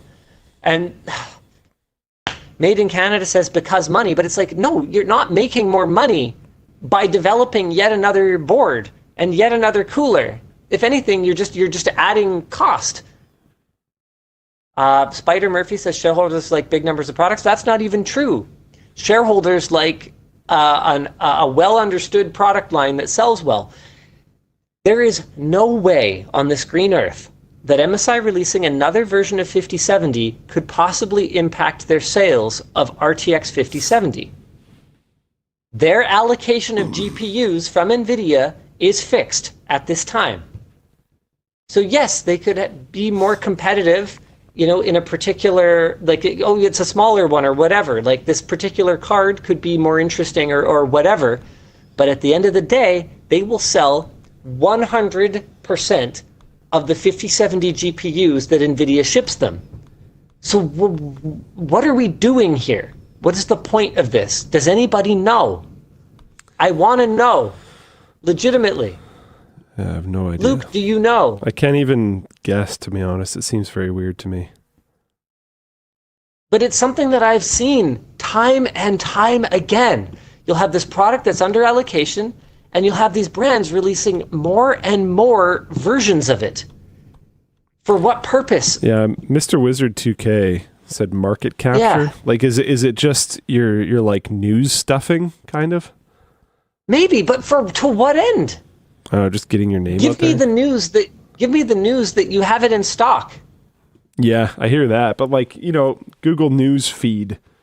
If I scroll over to my feed and I see, MSI released a new 5070 or something, yeah, they're just. I guess it's making us talk about it. Is there any stock of any of this stuff? Jake message saying that in Canada there's some 50 series cards that are in stock at Memex, but apparently in America it's still really tough right now. Mighty Mike asks, do they get extra allocation for each product line? Not that I'm aware of, but Bent Bob has a good theory. More SKUs means more listings in store pages, even if they're out of stock, and therefore more brand awareness. But this is kind of... That's an idea. Yeah. What else are we looking for? Yeah, more search results. Maybe it's that. Man, GPU prices are so broken. I don't even know. I went on Amazon and I looked for MSI NVIDIA 5070. What am I even looking at? Raiden 428 says Zotac are being legends. Their Discord is a great place to get cards. That's pretty cool to see them engaging directly with the gaming community. Sweet. Like that. All right. The same day that MSI released this card, NVIDIA claimed it has shipped twice as many RTX 50 series GPUs compared to the RTX 40 series 5 weeks after launch. However, it is worth noting that the RTX 4090 was the only RTX 40 series card for the first 5 weeks after its launch, and it also suffered from stock issues. So that's something. So they actually have like 4 times as many SKUs, many of which are at much lower prices, and have only shipped twice as many GPUs. Meanwhile, AMD Vice President David McAfee said in a podcast that demand for the RX 9070 and 9070 XT has been, quote, unprecedented, and that the company's #1 priority is restocking GPUs, particularly at MSRP. Do you remember the MSRP for the 9070 or XT in CAD? Yeah. Oh, in CAD, I have no idea, but $549 USD and $599 USD. So that times 1.45 or so. 549 USD to CAD. So 790, and this is Amazon right now. Like, come on. $1,200 cards that are supposed to be $790. Like, please. I wish I had the power to say, hey guys, just don't buy it if it's not at or at least near MSRP. And this is the thing that I feel like I talk about a lot, and people kind of get frustrated at me for talking about it. But the reason I talk about it is because there seems to be a significant number of people that feel like it's the reviewer's fault for not going hard enough at these companies for the pricing. If you there's nothing that I can do about it. Buying so many of them that they're sold out constantly, all you're doing is teaching these companies that honestly they're underpriced. Like, yes, that's it. Yes, 100%. Supply and demand, right? And there clearly like isn't we enough talked supply, about, so price can go up. Like we talked about recently, where we compared the total addressable market for GPUs and gaming, PC gaming, with the kind of viewership that, you know, tech review channels get. I reach this like tiny fraction of gamers. Like, at the end of the day, I don't even see the point from NVIDIA and AMD's perspective. I don't even see the point in engaging with reviewers anymore. Why? I still think it matters. I know your doomer view on this, but I still think it matters, to be completely honest. I think there's it matters. We're still going to cover it. I think there's an opinion zeitgeist that can kind of happen where, like, if enough enthusiasts condemn a product, and the price, in my opinion, almost never results in anything, especially for products like this that are just constantly sold out. It's going to become irrelevant to people. But if people are like, this thing just sucks, it's buggy, it doesn't work, whatever, it won't sell. Like, that word will get out to the people that don't watch your channel. But, I mean, we're talking about very mature companies with very mature product lines. And, but like, no. Here, find me a 5090 Founders in stock then, because that thing literally can light on fire, and everyone's talking about it. How many of them, though? I'm just saying, what we say is not going to impact how many they can sell. So why do they care? Why bother to engage with us at all? Because theoretically, right? Yeah, but I didn't say that what you say matters all the time. I said that if you say that something is really bad, you're not saying it's really bad. You're saying it's very performant but might light on fire. And then they can decide that for themselves. But you can say don't pre-order things and nobody's going to listen, and they're going to pre-order in crazier amounts than you've ever heard of. And you're going to say don't do microtransactions, and people are going to buy microtransactions of like 80% plus of people. But if something is actually just a piece of junk and undesirable because of that, people will not buy it. There are certain things that people won't listen to. They'll let their greed override certain desires. So, like, if it's really expensive, but it's like cool, they're just going to buy it anyways. If they just want it really bad, they'll pre-order it. They'll do whatever. Like, those things, those aren't going to stop people. Oh, I shouldn't buy microtransactions, but this guy just killed me in this game, and I would prefer to be able to kill him. So I'm going to buy this microtransaction to become stronger and then beat him anyways. That type of thing is very easy to prey on with people. But if you're like, this thing is actually just junk, then I think people won't buy it. But if you're like, this is great, but so overpriced that at this price, it is basically junk, I think people will still buy it. Because what they heard is it's great. But that's the thing is, like, almost anything, like the Humane pin is junk at any price. But almost anything is not junk when it's at the right price, especially when you've got like mature companies with pretty mature testing processes, mostly churning out products that are not complete junk. And so with that in mind, I think there's very few opportunities for us to really like stop consumers from getting scammed. All we can really do is say, hey, here's what's a good value. Here's what's not a good value. And it just feels like they're not, we don't have enough reach. I think junk is too inflammatory. Really matter anyway. But like, look at the market share that Intel had that they have lost, right? Like that didn't just happen from random people that have never looked at any tech reviewers just randomly deciding to buy AMD for the first time in a decade. Like, no, that information came out. That information came from somewhere, it got into people's minds and it spread. You have people testing things. Those people are informing people on Build a PC or PC Part Picker or whatever. Sure. These other various sites that are recommendation engines of some sort, the Build a PC section of the forum, whatever it is. And then that spreads out and spreads out and spreads out, and then word of mouth and word of mouth and word of mouth. And now AMD CPUs are super cool. It takes time, but you can saturate this information. You can still get it out. There's no like, tech reviewers are not irrelevant. It's just saying that you don't hit even a majority of the market share doesn't mean that you're irrelevant.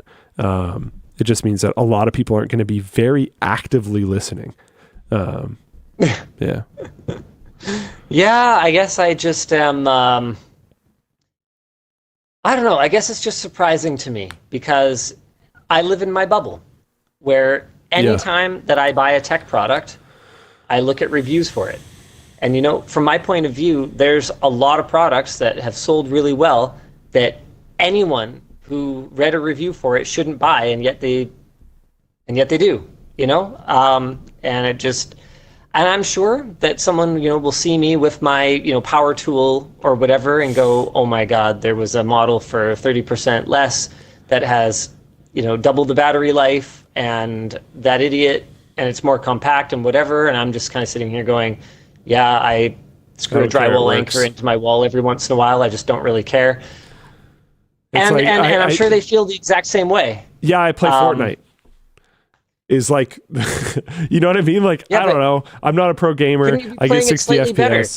Who cares? Yeah, like a lot of people aren't necessarily going to care, but then at the same time, if they hear from their enthusiast friend who watched one of your videos or one of anyone else's videos or read some article or whatever else, that hey, you should buy AMD next time or something else, that will shift. They're so big. Purchasing patterns over time.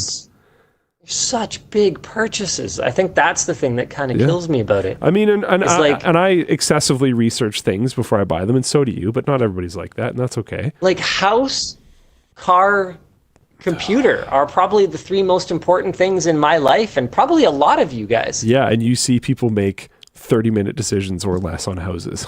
Like, this is people buy sight unseen. People are crazy. I don't understand at all.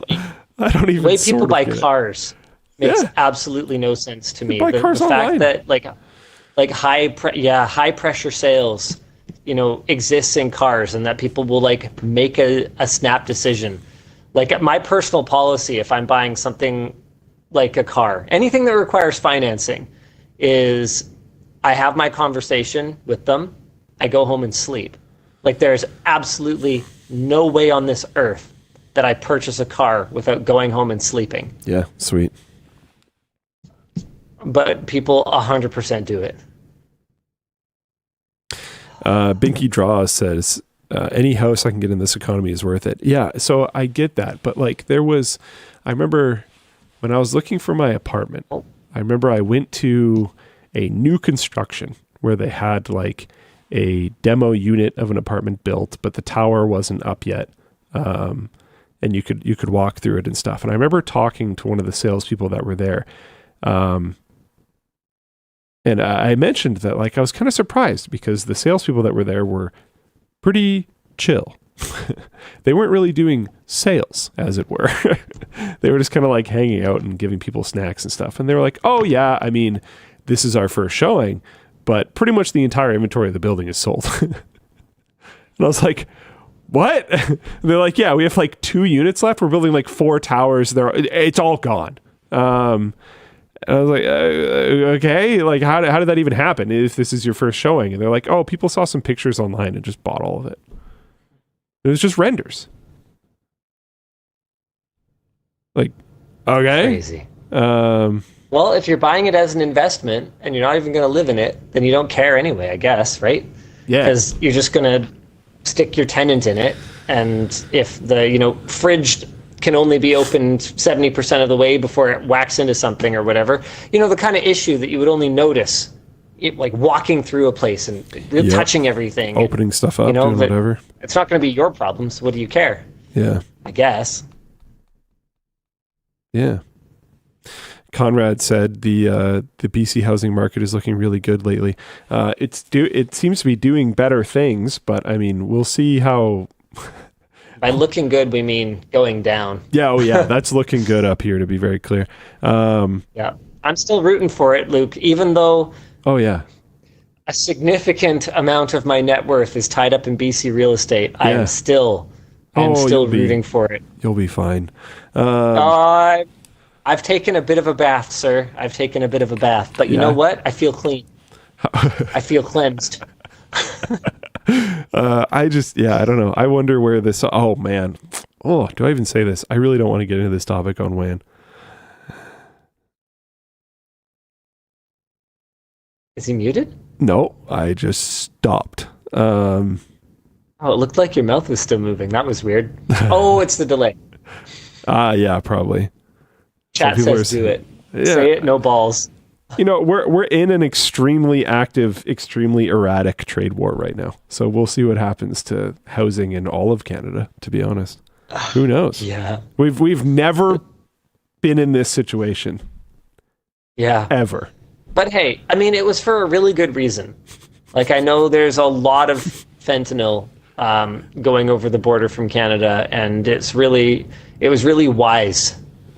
It was wise and measured to put these. Yeah. It was stable. You could even say a genius move to put these measures in place. Dead Antisocial in Full Plane Chat said, say your bull chat, which is a fantastic deep cut. Yeah, I don't know. Whatever.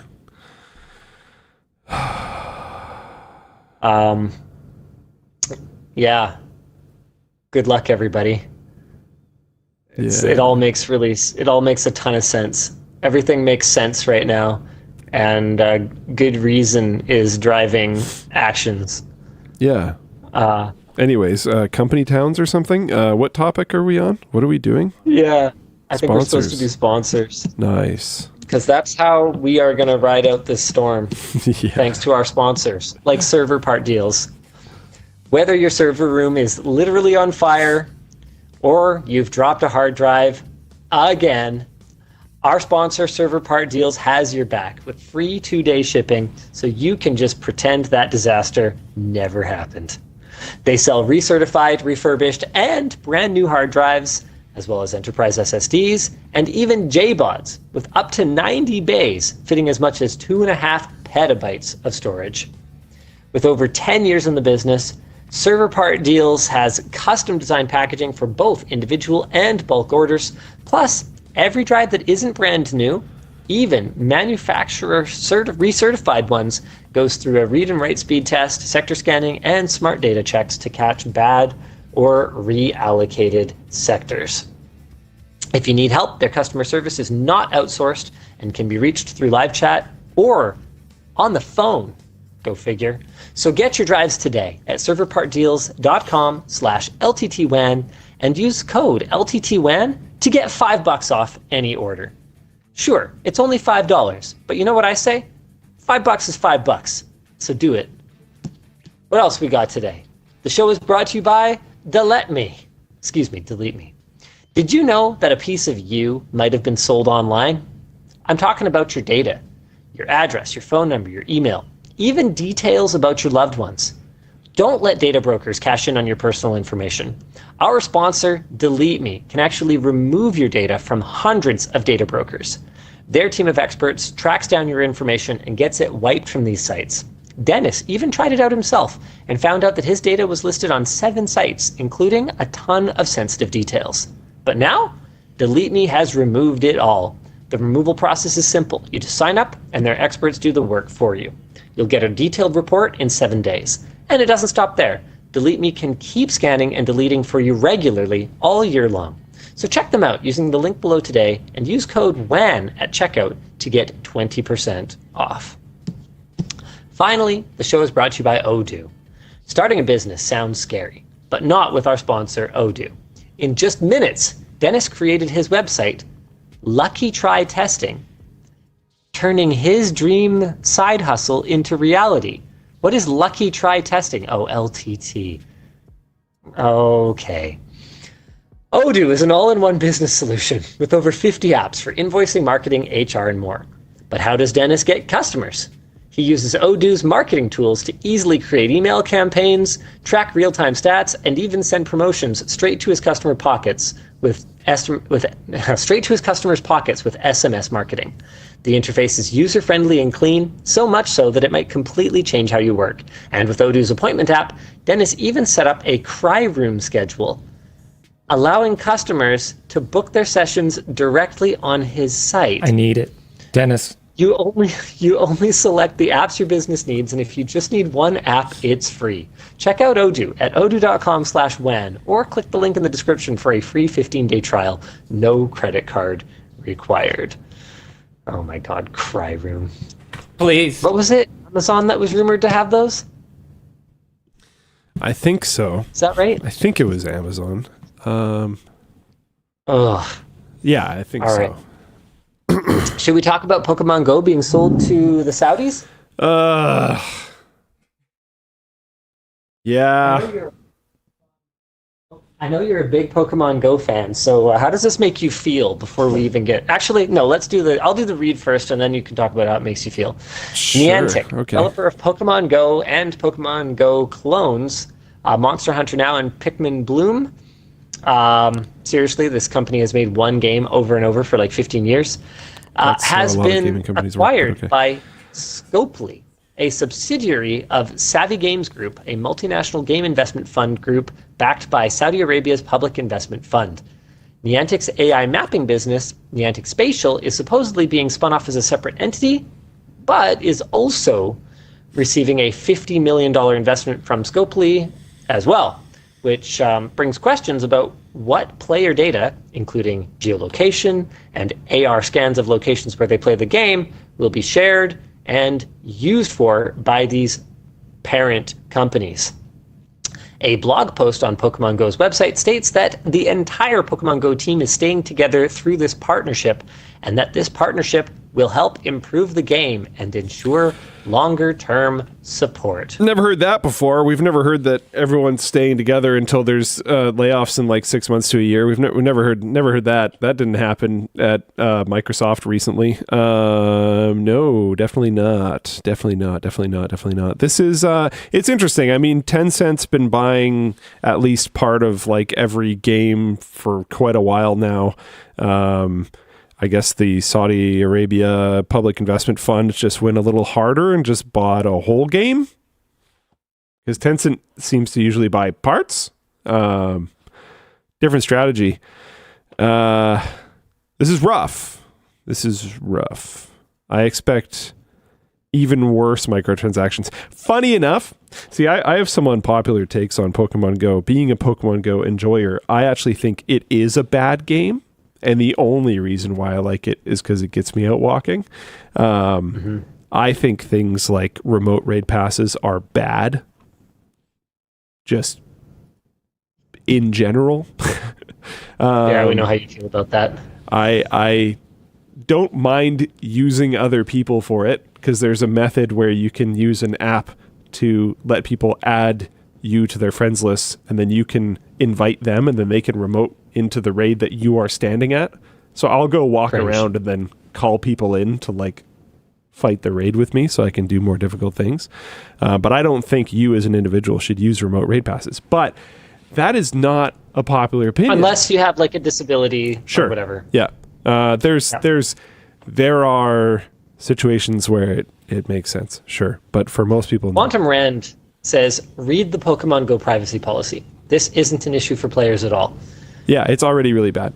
Here's the thing about privacy policies, though, is that they are only as bad as they are until they're worse.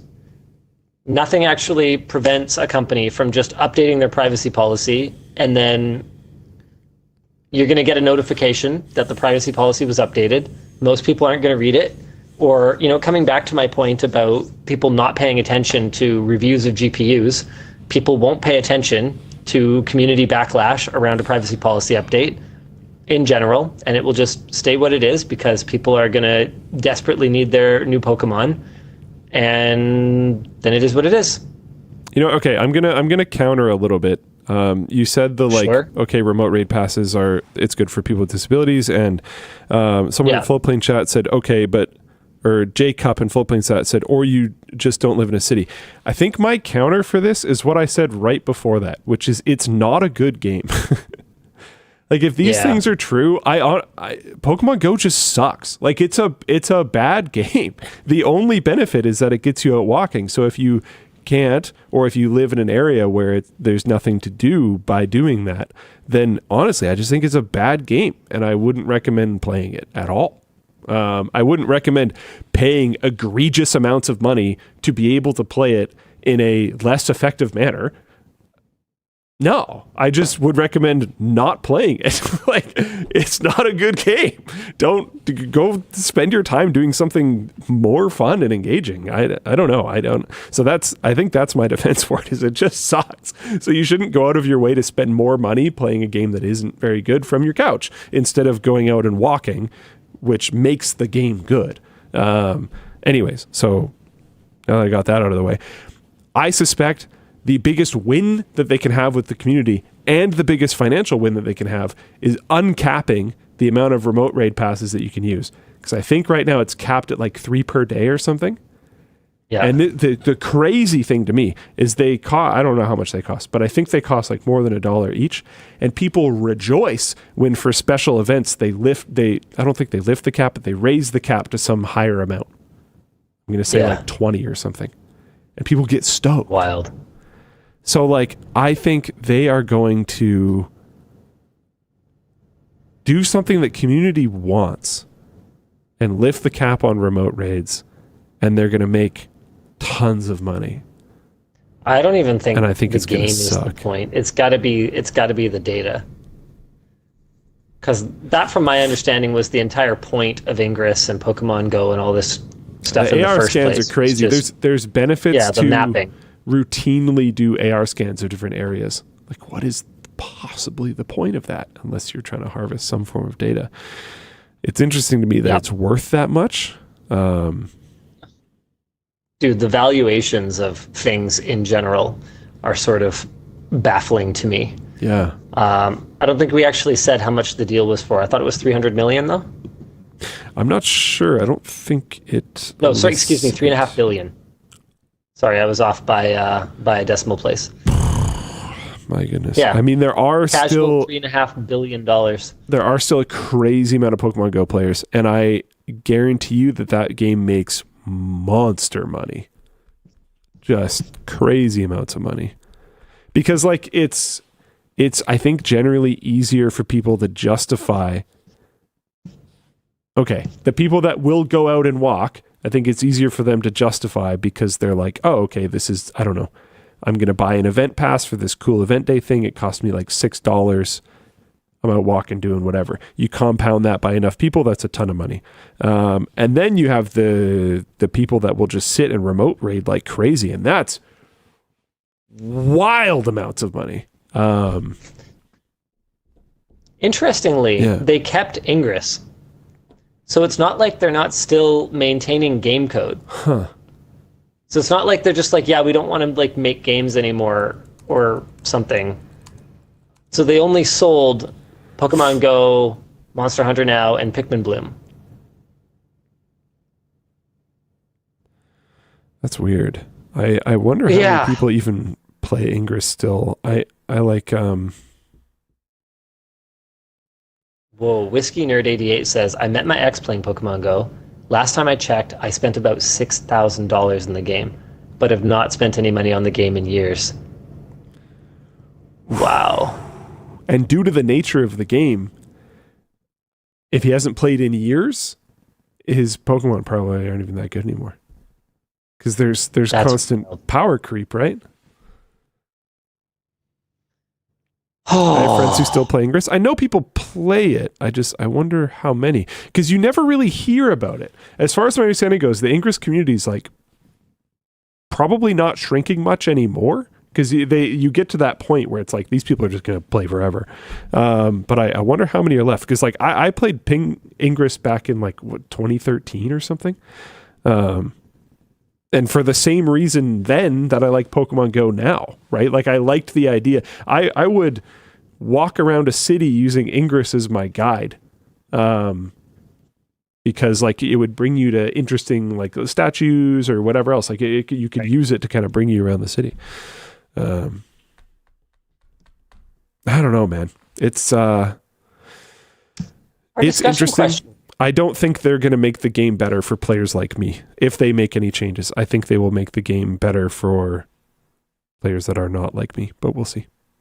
Our discussion questions here are pretty interesting. I mean, is Savvy Games Group essentially just publicly funded private equity? Yes.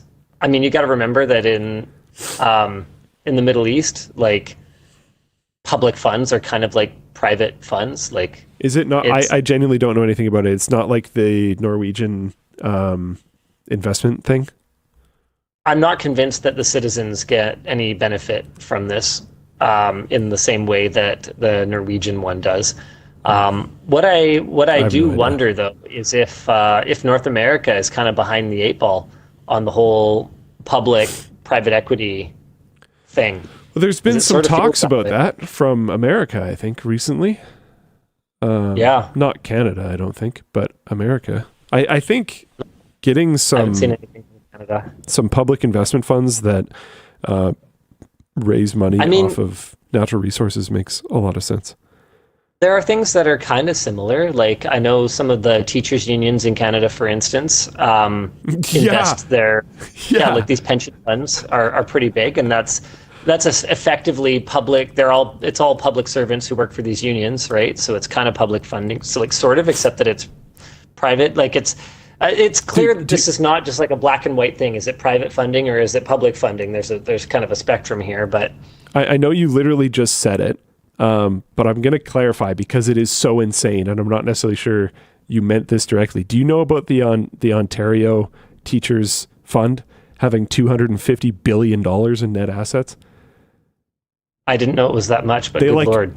Own an airport and stuff, not even in Canada. Like they are wild. Canadian teachers, okay. Ontario Teachers Pension Plan Airport. Apparently it's the Nutano says it's the biggest pension fund in the world. It's crazy. I don't know they've just been popping off. Wow. All right. Okay. So it's not an airport, it's many airports. The Ontario Teachers Investment Fund owns a substantial portfolio of infrastructure assets, including stakes in, okay, fair enough, Birmingham Airport, Bristol Airport, Copenhagen Airport, and London City Airport, as well as international water and power utilities. Like, they are not chilling. They are going hard. All right. Wild. Well, good on them. And yeah, someone posted, this seems like the Saudis diversifying from oil, and that is absolutely what they're doing. They're taking that oil money and they're putting it into stuff that will continue to grow as the world continues to electrify. 100%. Now, our next question here is, how do you feel about the sale of more and more art/game/culture to investment companies? Yeah. Deadmau5 just sold his catalog and label for $55 million. And it's like, on the one hand, like, get the bag, But on the other hand, Adam writes, I prefer companies investing in artists, not just like owning the art.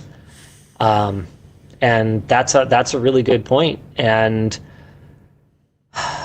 what I'll say is that from the time that we got an offer for our company and our IP, the only real way that happens is with these large private equity or union-funded funds. They're the only ones that can afford what this stuff is worth, so that's the only real option to sell. I actually had another topic in here that was sort of oh man, shoot, I forget. Well, I was going to get into it somehow, that it's really hard for Canadian companies to not get acquired by US companies. And the same thing looks like it's starting to happen to Western companies. I was going to talk about it in this topic. Yeah, the same thing seems to be happening to Western companies getting acquired by like Saudi wealth funds. And this is often not hostile. Like there's it's agreed upon. I don't know. I haven't done enough research. The whole world's been on fire. It's been hard to properly stay on top of everything. So I don't know if this is true or not. But as far as my understanding goes, there's substantial evidence that our new prime minister up here in Canada, when Trump took office, took significant steps to move an investment firm down to the States for tax breaks. And now he's running our country. Whether that happened or not, I don't fully know. Well, I know that it happened, but I don't know if he was actually involved because there's some people saying that he had left before, blah, blah, blah, blah, blah. I don't know. But like this is a thing. I mean, the Canadian brain drain is something that has been known about for a long time. You grow up here, you go to school here, you get a good education, you go get a job in the States because you make way more money. And it seems like even a strategy where people will do that and then move back because you make more money and the cost of living is lower, so you can save a bunch of money, then you save a bunch of money and move back to Canada. For the healthcare and for the retirement. But it's not just people. It's like entire companies and entire like art catalogs now. And it sort of looks like it's starting to happen to the US now as well, where things are just getting acquired and stripped out. And you talked about Tencent basically owning a piece of like everything, like every gaming IP, every gaming company. How do you compete with that? I mean, it's economic warfare at a certain point. I mean, I think it actually is. Yeah.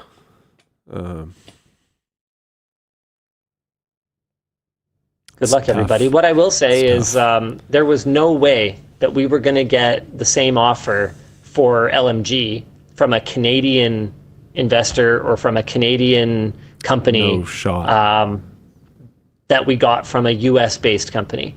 And these days, I kind of doubt that we would get the same offer from a US company that we could get from a Saudi-backed company or a Chinese-backed company. There's a question. What if a Saudi-backed company offered 150? So far, I have not even traveled there, and it's not that it hasn't come up. What if you wouldn't have to travel there? It's no problem. Well, no, it's not about the travel. I'm saying so far we have had zero engagement. Got it. I mean, look, I'm not going to pretend that I'm some kind of paragon of perfection. I think every man has a price, and I think that if you were to say anything other than that every man has a price, that's I just don't think it's honest. With that said, there are still good people. Corey is the name, says, and this is in Floatplane chat, my dad is selling his architecture firm to like a dozen plus of his employees and is taking a huge loss compared to offers he received from bigger fish. I think that's super cool. I think I've told the story already on the show about my uncle's vet friend who owned a veterinary practice and could have sold to the like predatory corporate vet that's been buying up all the vet practices and then hiking the prices in the Lower Mainland, and instead sold to my friend who is running it now. Dr. Duff at Fraser Heights Animal Hospital. She is an amazing human being and deserved to get a good deal. Let's go. She paid a fair price. It wasn't that she was asking for handouts, but it was just that these equity-backed companies can afford to pay 2 or 3 times a fair price, and then they're playing a long game. Yep. So they're not as worried about EBITDA. They're worried about owning every single option you can go to. Yes, exactly. Gremlin Injector says, your channel isn't the kind of business a pension fund would want to deal with managing. Your mistake is calling it a channel. The channel is less than half of our revenue now. We're going to have an updated version of How Does LMG Make Money pretty quick here, but I think you'll be surprised to discover that we are running a company over here. It's very interesting to see people's sort of perspective on what it is that LMG is exactly. We are absolutely the kind of thing that investors buy. We have just made the decision not to sell. The only difference with that one offer was that it was to a group that we were willing to hear out because they seemed not that crappy. And so it's the first time we ever actually got a number for the company, because everyone else we've just kind of not even gotten that far with. Yeah, Rod Rosenberg says LMG is a tool company. We aren't not a tool company, I'll tell you that much for sure. Yeah. Offers are an interesting experience to go through. Even with zero intent to entertain. Because it's interesting to see like what people put value on. What that's an interesting conversation. Do you want to talk about that? Like what were they largely placing value on when they were buying? A lot of it was Creator Warehouse. Yeah. A lot of it was the institutional knowledge on the content creation side as well. They wanted our people in leadership positions at some of their other IPs. They wanted our IPs to continue ticking, and they wanted our experience and our expertise diversifying our revenue from traditional creator revenue streams like AdSense and Patreon to building our own site like Floatplane, although that was a smaller part of it, and especially expanding into merch. See, like that, but that experience is interesting, even if you're not willing to entertain the offer. I don't know. Oh, definitely. Seeing what other people value about your company, 100%. And when it's a purchasing offer, it's one of the few times that it's like probably going to be legit. And not just based on, it's not a job offer for me at that point. Like I think I had a 2-year clause that I had to stay with the company, but that was it, 2 years. Yeah. Which would be expired by now if we had taken it. Yeah.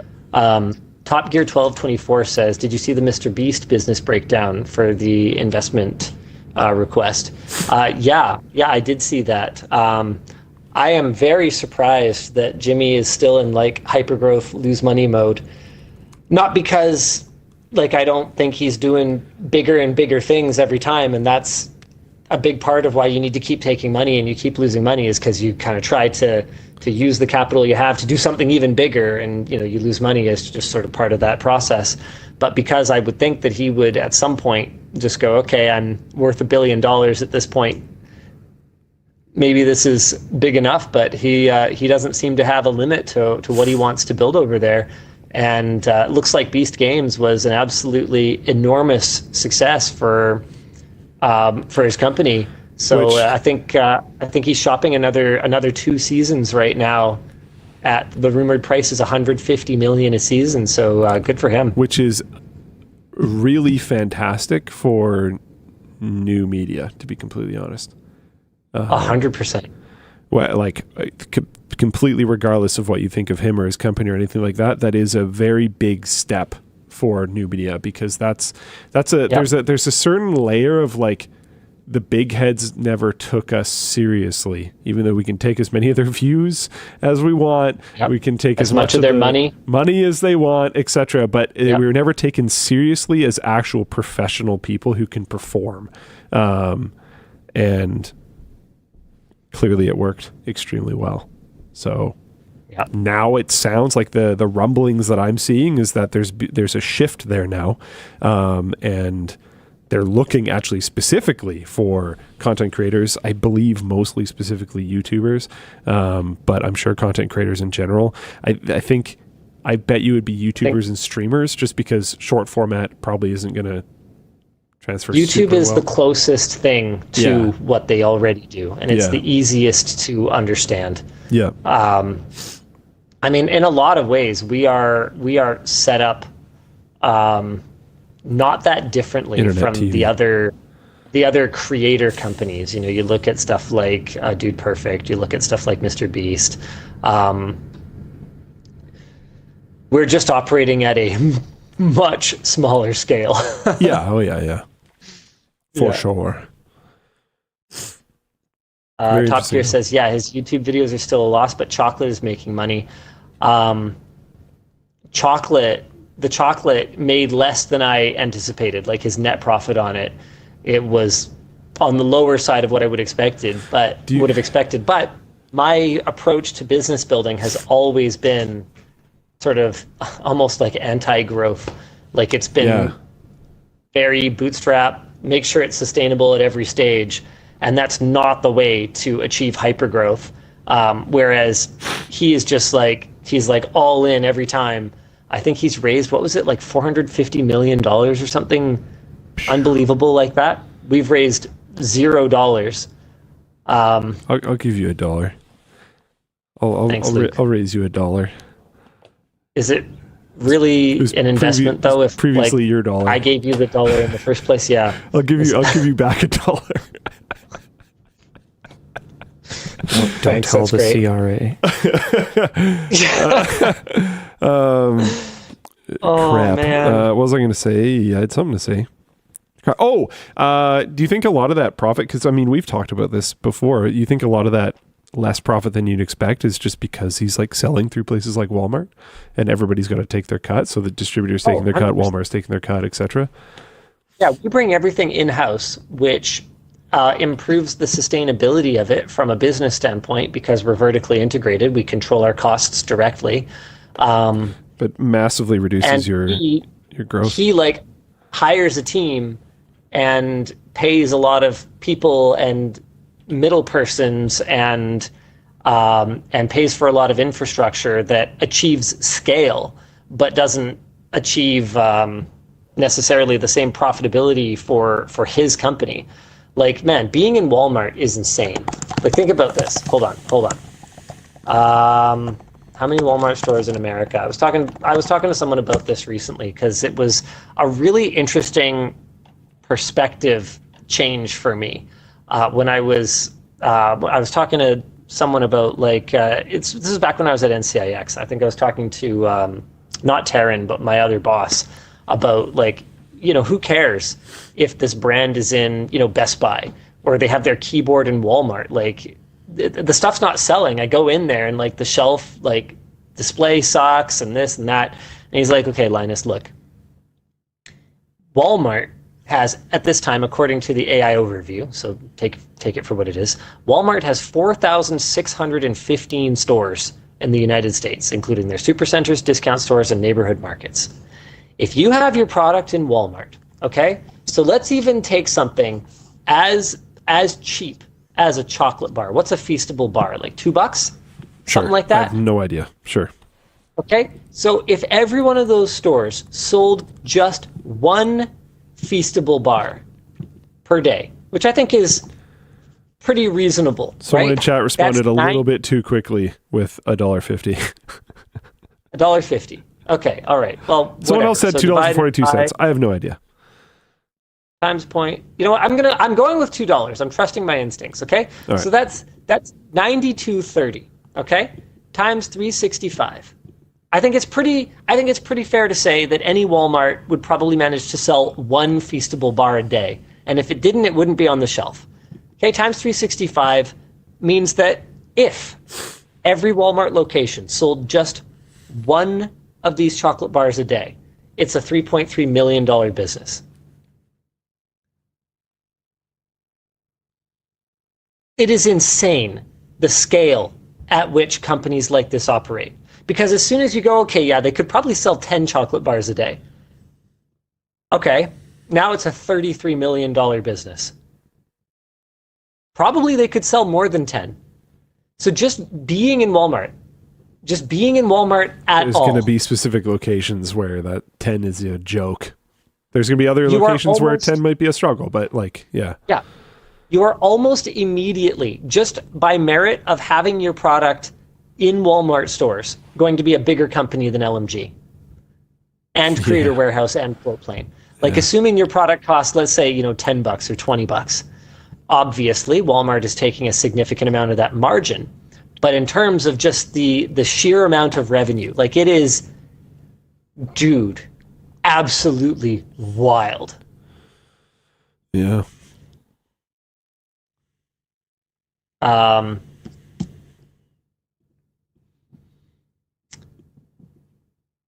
So good luck. Good luck, Jimmy.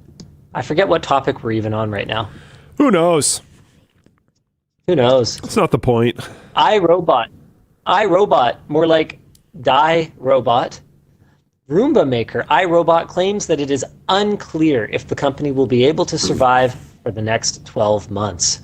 Amazon was set to take over the company for $1.7 billion, but pulled out after scrutiny from both US and European regulators. After Amazon abandoned the acquisition, the company cut more than 50% of its workforce, reduced inventory, and reorganized, but still posted a net loss of $146 million in 2024, and ended the year with $134 million in cash. iRobot just launched 8 new vacuums.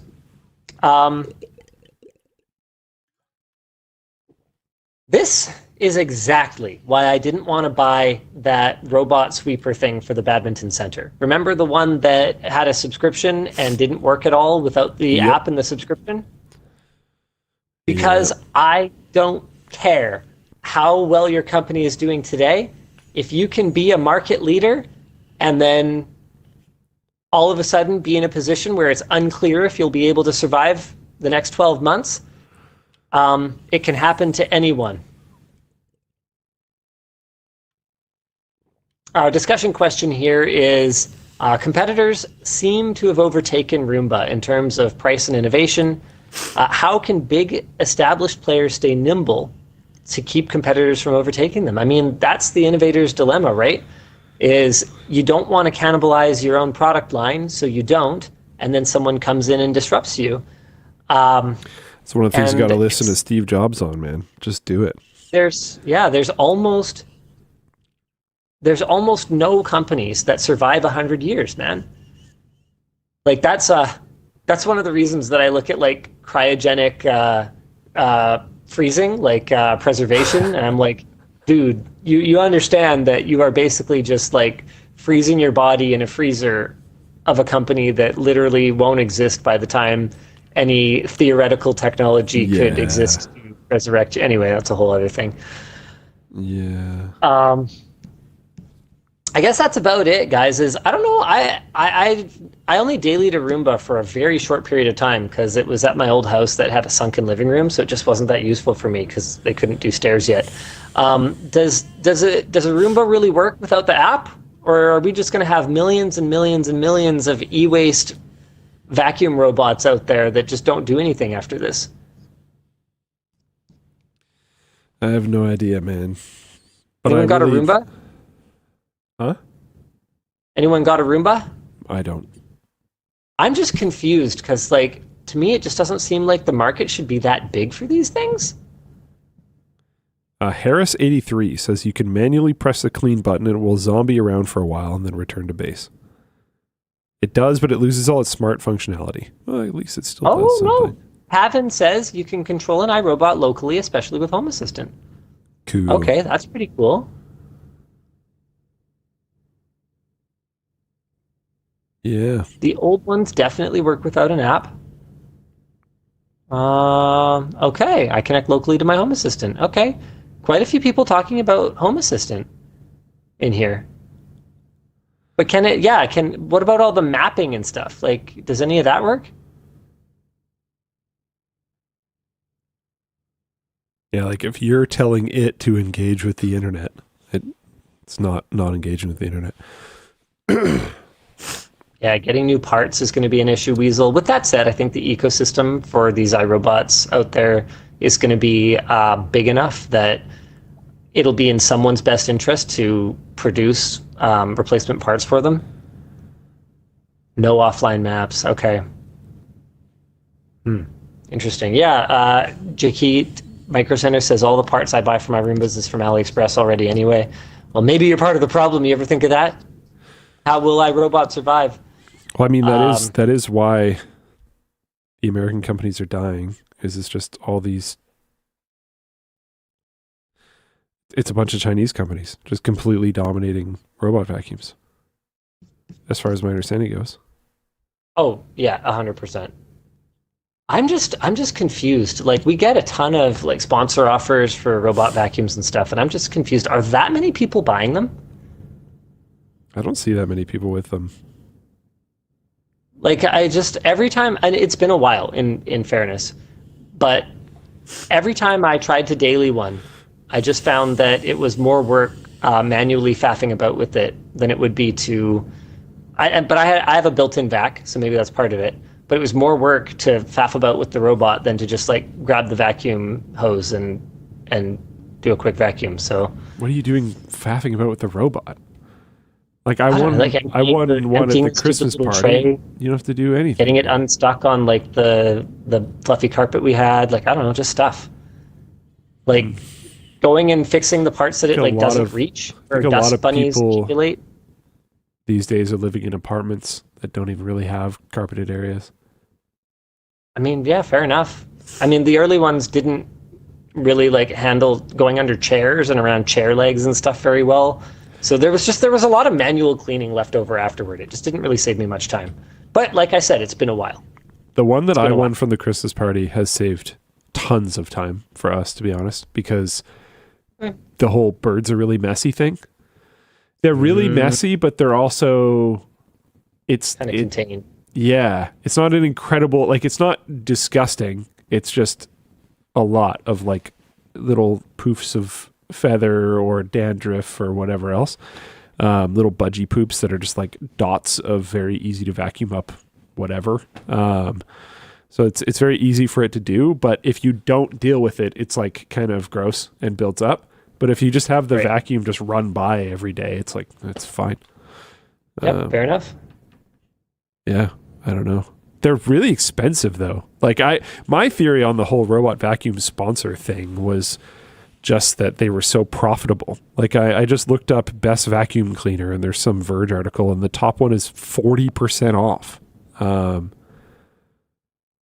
Yeah, it's 40% off and it's still over $1,000.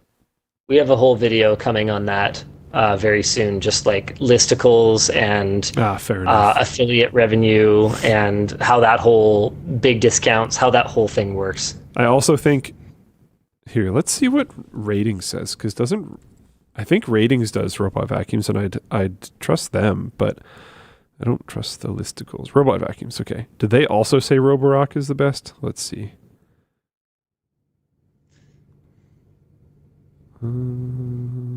Yep. Okay. Fair enough. Because like they do for best vacuum for pet hair. The first one that came up was Roborock S8 Pro Ultra. I was thinking I see Roborock everywhere. Like, are they just buying position or what? Dude. I've got, this is huge. Sorry, I just saw this. Microsoft teases Copilot for gaming. Oh, no. Jeez. Right. I heard Dan laugh in the background. Yeah. You got me too. Yesterday, Microsoft announced that they are preparing to add AI to their gaming platforms in the form of Copilot for gaming, which they call the ultimate gaming sidekick. They then showed off some potential use cases, like what to do next in Minecraft, a recap of a player's previous progress in Age of Empires 4, and bringing up a strategy guide to defeat a boss. This is a quote, "Gaming is the only form of entertainment where you can get stuck." And they seem to think their AI companion can help with that. Microsoft also showed off an admittedly pretty cool demo where Copilot for Gaming told a player what character to choose in Overwatch 2, and then offered advice after they died, like, "You pushed up too far, consider falling back to your teammates." If the final product manages to actually do this, it could be interesting, but we'll have to wait to see how it actually performs in the real world.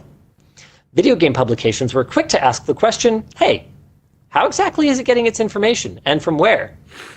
This is from Polygon, voicing concerns that Microsoft has just sifted through all of the guides that they made and threw that info into an LLM.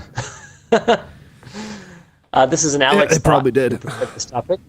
In the official Xbox podcast about this, there were multiple times where the host said things like, "My mom has been getting really into gaming."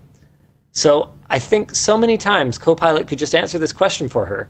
It's like, bro, your mom probably is just using games as a way to connect with you. An AI assistant sounds like it would make it a lonelier experience for her. Yeah. Yeah, thanks, Alex.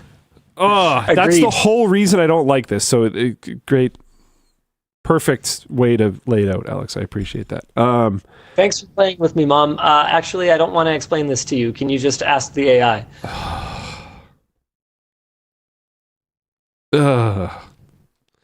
This is the same, like, I don't know. It's planned to be available to insiders this April. But our discussion question, forget about what it can do here. What would you like a gaming AI companion to do? In single player games, yes, it could be fun if there were more dynamic and lively AI buddies, I guess. Like something I thought about is if you were playing like a squad-based combat game of some sort, and you didn't some have Rainbow Six. Yeah. But you didn't have to do keyboard commands or whatever to, like, okay, I have to walk up to the door, then I have to look at the left side of the door and be like, okay, you guys stack up here, and then go, they went in the wrong order, so I need to get this guy out, get this guy, and you're sitting there doing all these keyboard commands in front of the door, and then finally, okay, and then you press whatever button, and then things don't go properly, and it's really annoying. I find a lot of times when you have multi-unit control in a single-player games, things can get a little tedious. And if you could just you're talking about voice command built into games, it'd be sweet. This is Copilot. Yeah, so I don't want that at all. I don't want Copilot even a little bit, I think. Mr. Wizard in Floatplane chat has a good one. All right. AI. That was a sick shot, bro. Want me to throw that clip on a timeline for you? That's pretty good. That's a use case. I probably want it to shut the hell up, because if I just made a sick shot, I'm probably trying to make another one. And I want to be able to listen. Don't talk to me right now. I am trying to focus. I just got my clip, and I would like to try to get another shot. And then when I'm done, I can go bump-a-dump and get my clip myself, because it just recorded the last 20 minutes, because I have shadow play enabled, because why not? Okay. I do not. If anyone else has anything, sick shot, bro. Hit us in the chat. Sick shot. Hit us in the chat. Hey, Xbox, clip that. Yeah, they've got nothing else, man. Yeah, because there isn't anything else. Because it's just there's this whole concept of, and I don't remember who popularized it or whatever, but there's this whole concept that when a medium gets surpassed, its flaws will be romanticized and will be almost immediately emulated. So like if somebody didn't like something about a certain medium, if somebody didn't like that there was a very limited range in 8-bit music, people will go back and try to make it, or film grain or something like that. We are currently living in an era where people are trying to find retro cameras because they like the feeling that the retro cameras are able to create. When you lose this, you lose like perfection is in some ways a loss of character. Like you lose like these interesting tidbits of this thing that you made. So this is something that I constantly complain about. Like I've talked about how, when computer stuff was more volatile, when it was more difficult, when parts failed more often, when we had liquid caps and you had to try to fix that, and when things went wrong all the time and it was kind of hard, it was more interesting, it was more engaging, it was a better hobby, in my opinion, objectively. It's still cool, but in my opinion, it was just better. SLI was like kind of junk, but it was interesting. It was fun, it was unique. It was, and maybe better weird. is a strong word, but we could say more interesting. More interesting, more enjoyable. Deeper. To someone with my interests and my personality, better. Maybe not better for everyone, but better for me at least. You have this like marching forward where things get worse. Internet gets better. LAN parties are almost killed because why bother? We're gonna bring them back, Luke. We're bringing them back, and that's don't cool even worry, because brother. We are romanticizing the bad parts of something in the past that created something good that we find endearing, which is great. And I like that because we're bringing back LAN parties. LAN parties are dope. But LAN parties started to die when the internet got too good. But I genuinely think people enjoy playing games together online less than just doing the LAN party. I 100% agree. And I think we have to find sorry, I'll let you finish this bit, but I got to talk to you about something after. No, I'm like effectively done. It's just this just is fearful for me because I see this reducing online co-op gameplay or playing with your friends, or like, hey, I want to pick up this game. You've been playing it for a while. Do you want to like watch me play for a bit and help me get better, or can we play together so I can learn from you or whatever? That's going to disappear when people are like, ugh, just play with Copilot for a while and then play with me. I don't want to carry you. And it's like, man, that sucks so I was much. playing Vampire Survivors last night, and it occurred to me that there's one coffin I'm trying to find or something. Sure. And like I couldn't like find it. I couldn't figure out how to get over to it, and I was like frustrated. And when I was reading through this topic, I was like, oh yeah, that could totally help me with that, or it could advise me like which weapon to take, because I saw already earlier in this playthrough that its companion one for the upgrade is like one of the ones that's getting rolled. So I should take this one so it could, there's things that it could observe, but like I've gone out of my way in that game to like not look anything up. So I've been able to kind of discover it as I go. And I could look something up. And I just feel like, for me, the voyage of discovery is such a big part of the joy of playing a game. But maybe that's just old fashioned, and maybe people are gonna the like high quality joy, which is I think another somewhat, I'm sure people older than me can make this argument for previous things as well, but I think this is somewhat of a modern problem where there's like a lot of low quality dopamine, low quality joy. That weak hit. Yeah. That weak dopamine hit. But constant, right? Like it's that thing that I was just describing with the LAN party. Like you have to do a lot of work, especially if you're not just going to one. Like if you're just doing one at your buddy's house or whatever, you have to, bring tables over, bring chairs over, bring your whole computer over, do all these types of things, set everything up, network everything together. There's all these steps. It's work. But then the hit is strong, right? Like it's really cool. The heights are really high. You're going to remember this stuff forever. If you just co-op playing games online or competitive playing games online with your buddy. that Halo round that was like won with 2 seconds to spare or whatever. Ever. We'll never forget it. Never. That was crazy. Yeah. That was crazy. Yeah.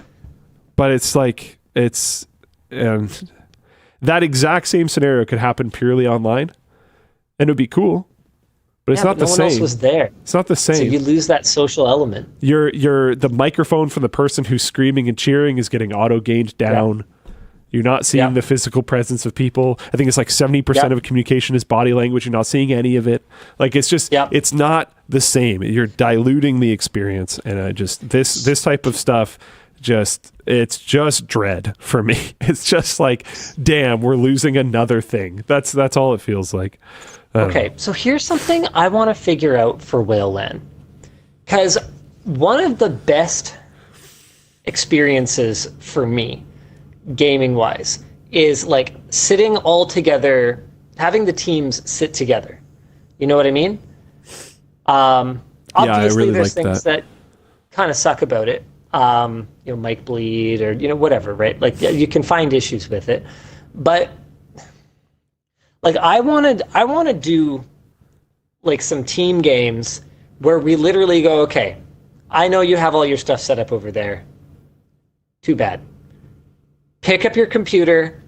The first 8 people pick up your computer who have their computers at these desks, at this desk, and the first 8 people that have their computers across from them, we're playing. Let's go. We're playing Halo CE, or we're playing, whatever, right? We're playing Worms It's just going to be or whatever. A laptop and Steam Deck users that just run over and win immediately. Okay, whatever. We'll have to. I like the concept, though. I'm down with the general concept. Yeah. Yeah, I want to not sell every seat. I want to have like a reserved area. So, and I don't care if anyone else cares about it, because for me, it's like when you get someone, I want to be able to stand up and be like, got him. Like I want to be able to look them in the eye, and vice versa. Like I genuinely enjoy the trash talk element of LAN gaming, whether it's directed at me or whether it's directed at other people. It adds so much energy to it. And so I want to find a way to have the small LAN experience where everybody's playing the same game. You're effectively all packed in a room playing together within a big LAN that has over 200 people at it. That's what I want to figure out. Yeah.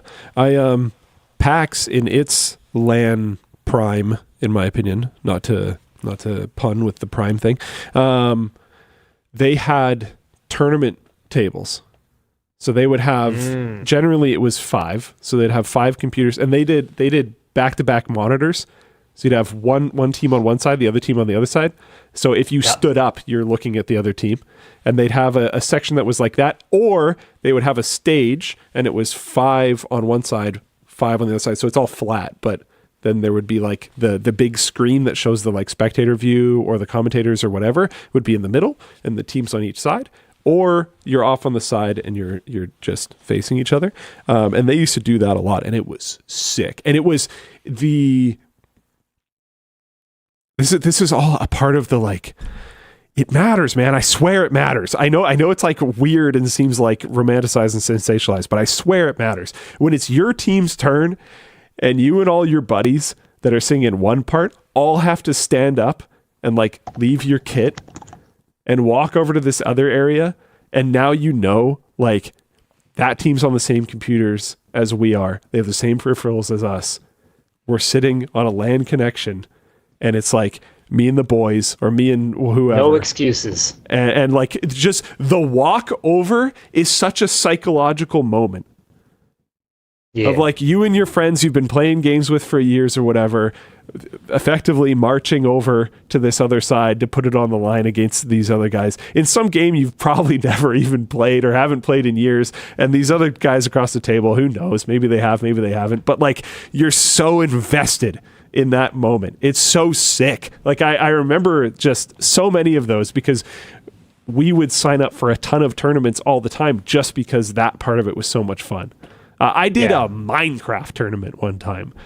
I'm pretty sure I had never even played Minecraft before. I remember one of the tournament people was like, do you even know like what you're doing? And I was like, no. But I was like, maybe Copilot I can figure it out. Yeah, maybe in that situation. I was like, maybe I can figure it out. Oftentimes I could do pretty okay in games with no like actual real practice. Someone said, how? I don't remember. You had to like get wheat or something and do some other things. It was like you had to finish a certain list of tasks. And I didn't come in last, but still.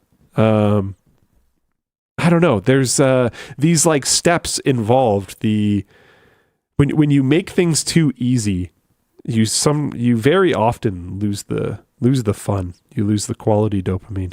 There's this whole concept of type 2 fun, and that I think is like almost too extreme.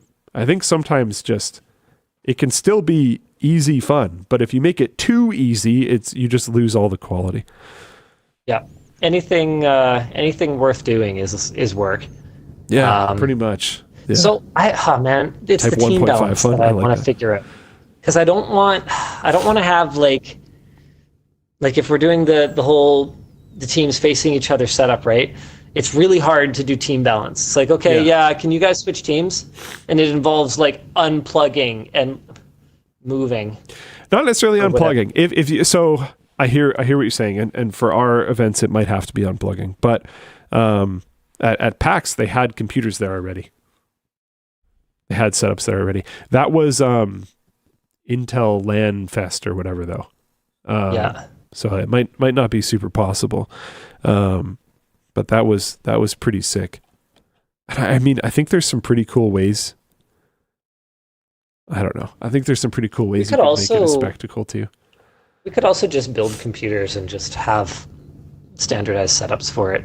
That way we wouldn't have to deal with like connectivity issues or whatever else. It would just all already be set up for the games that we really want to do that for. I might just not even bring a computer. I might just hang out there the whole time. You're involved in every tournament game. You're just like one of the players, no matter what. Oh, it wouldn't be for tournaments. It would just be for like head-to-head games. It's not necessarily which for is tournaments. so sick, to be honest. Like that's the I don't know. It's practically the whole point of the LAN. The lower the stakes, like the harder I'll fight. It's almost more fun. Yeah, who cares? Like that's better. Yeah, a lot of the best LAN games are games that people don't play all the time. It's Yeah. Like there isn't very many, there were some, but there weren't very many tournaments where they were games that I actually played that I had a ton of fun with.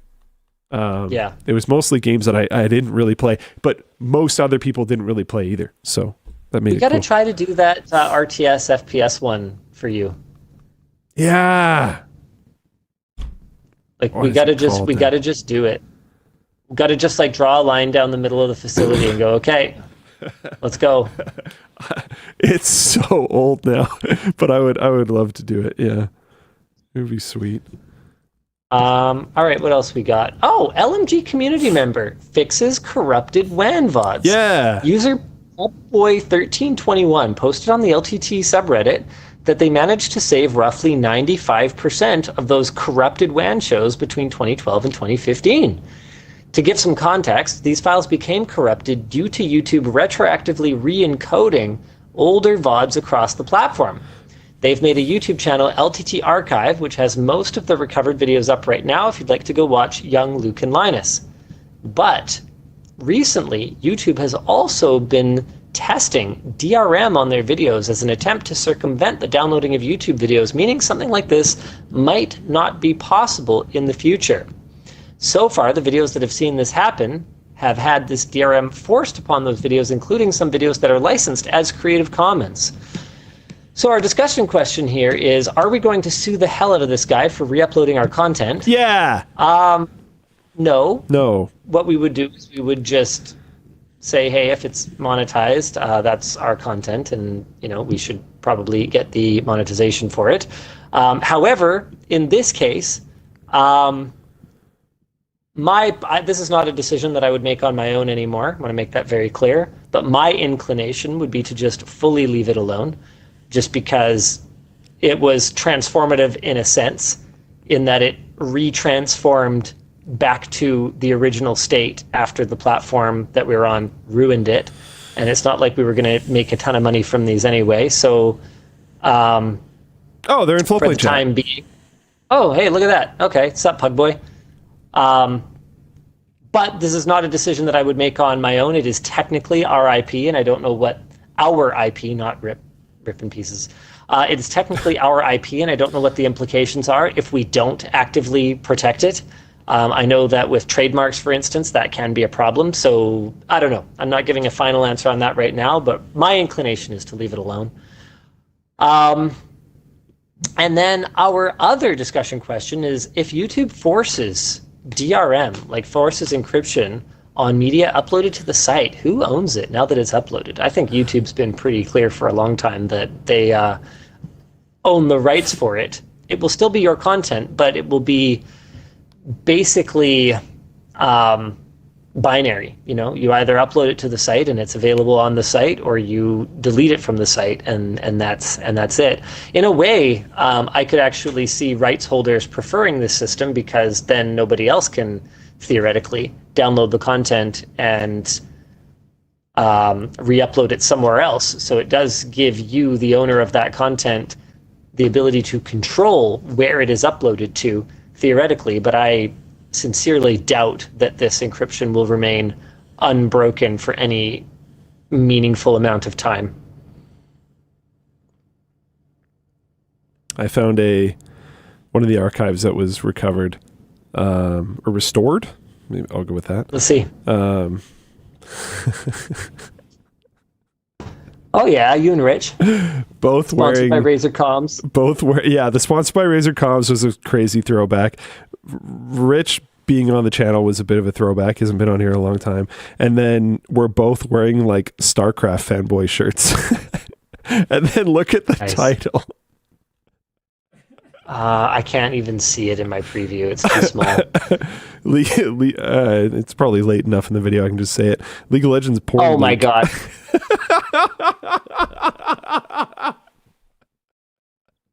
Okay. Oh man. Good times. Good era. 2013. Good stuff. Charged Nuclei says encryption can never be broken. No, but it can be leaked. It can be broken, and if it isn't broken, it can be leaked. Yeah, wait, and what is that statement? Because this is video that will have to be played back online, the keys will have to be owned by someone. And so, yeah, at some point, yeah. Encryption can never be broken? I think they might have been /s'ing, but just didn't /s. I just wanted to get out there ahead of that, though. Okay. I see. Why isn't my Chromecast working? So, you hoarded Chromecast audios to sell on eBay since there's still no alternative on the market for a decent price. Sorry. One second. Have you ever found this jacket? No. Oh. I never found it again. I loved that jacket. No. Okay. I don't know what happened to it. Sorry, keep going. So, you hoarded Chromecast audios to sell on eBay, blah, blah, blah, etc. But is your investment compromised? Because suddenly, Chromecast Gen 2 and Chromecast audio devices weren't working this week. Even poor James from our team was affected. He had to chop his veggies in silence. Google became aware of the issue on Monday, identified the cause on Tuesday, and by today had started rolling out updates to devices.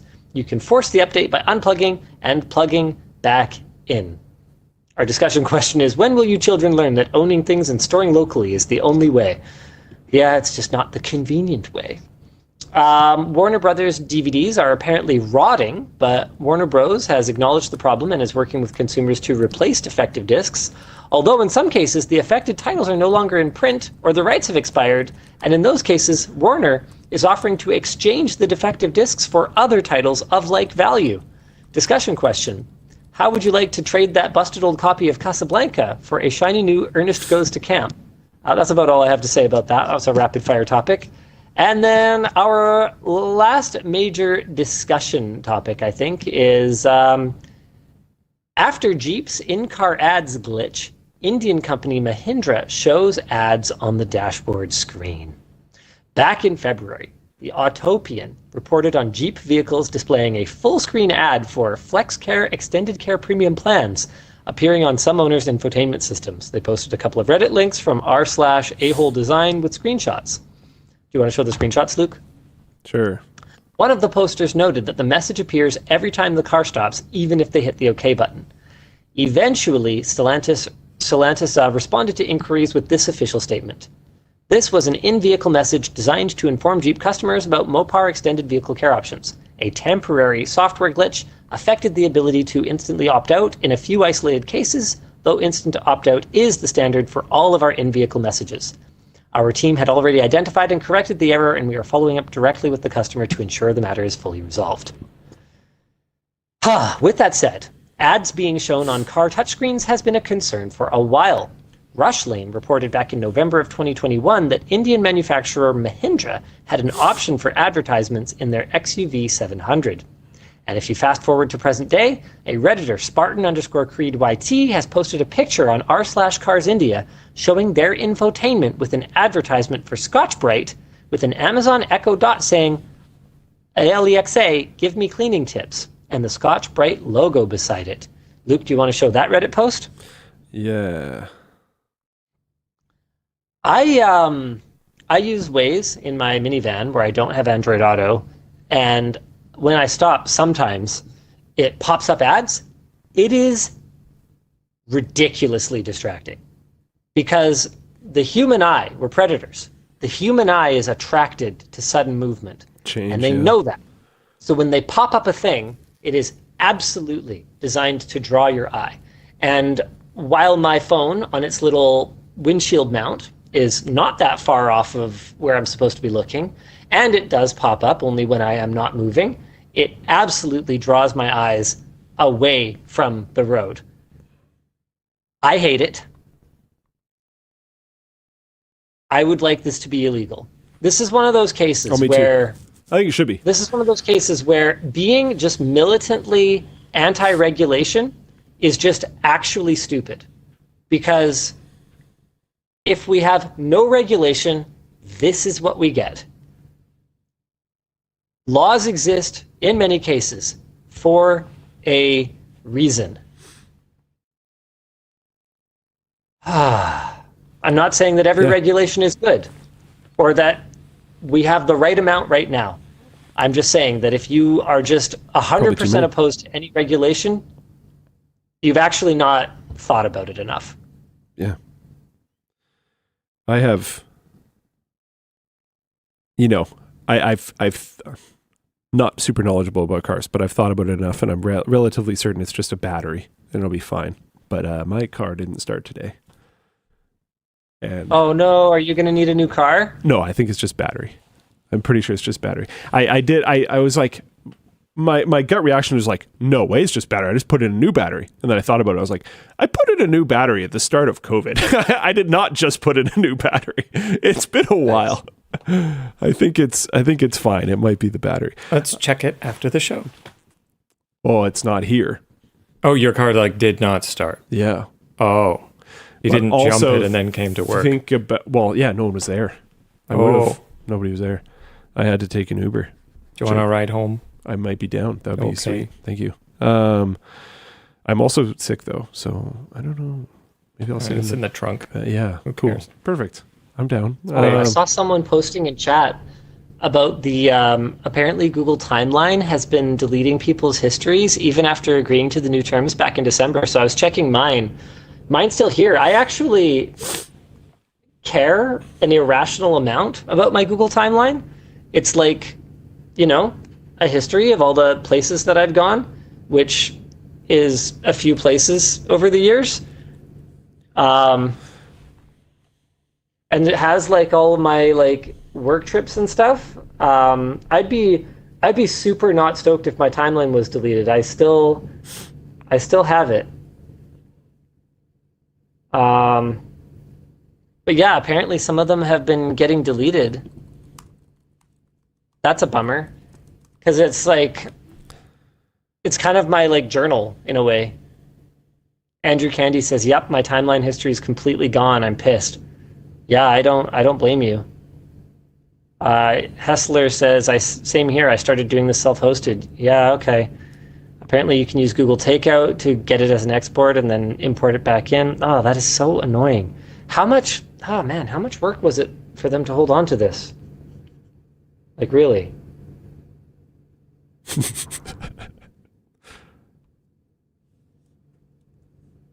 That blows.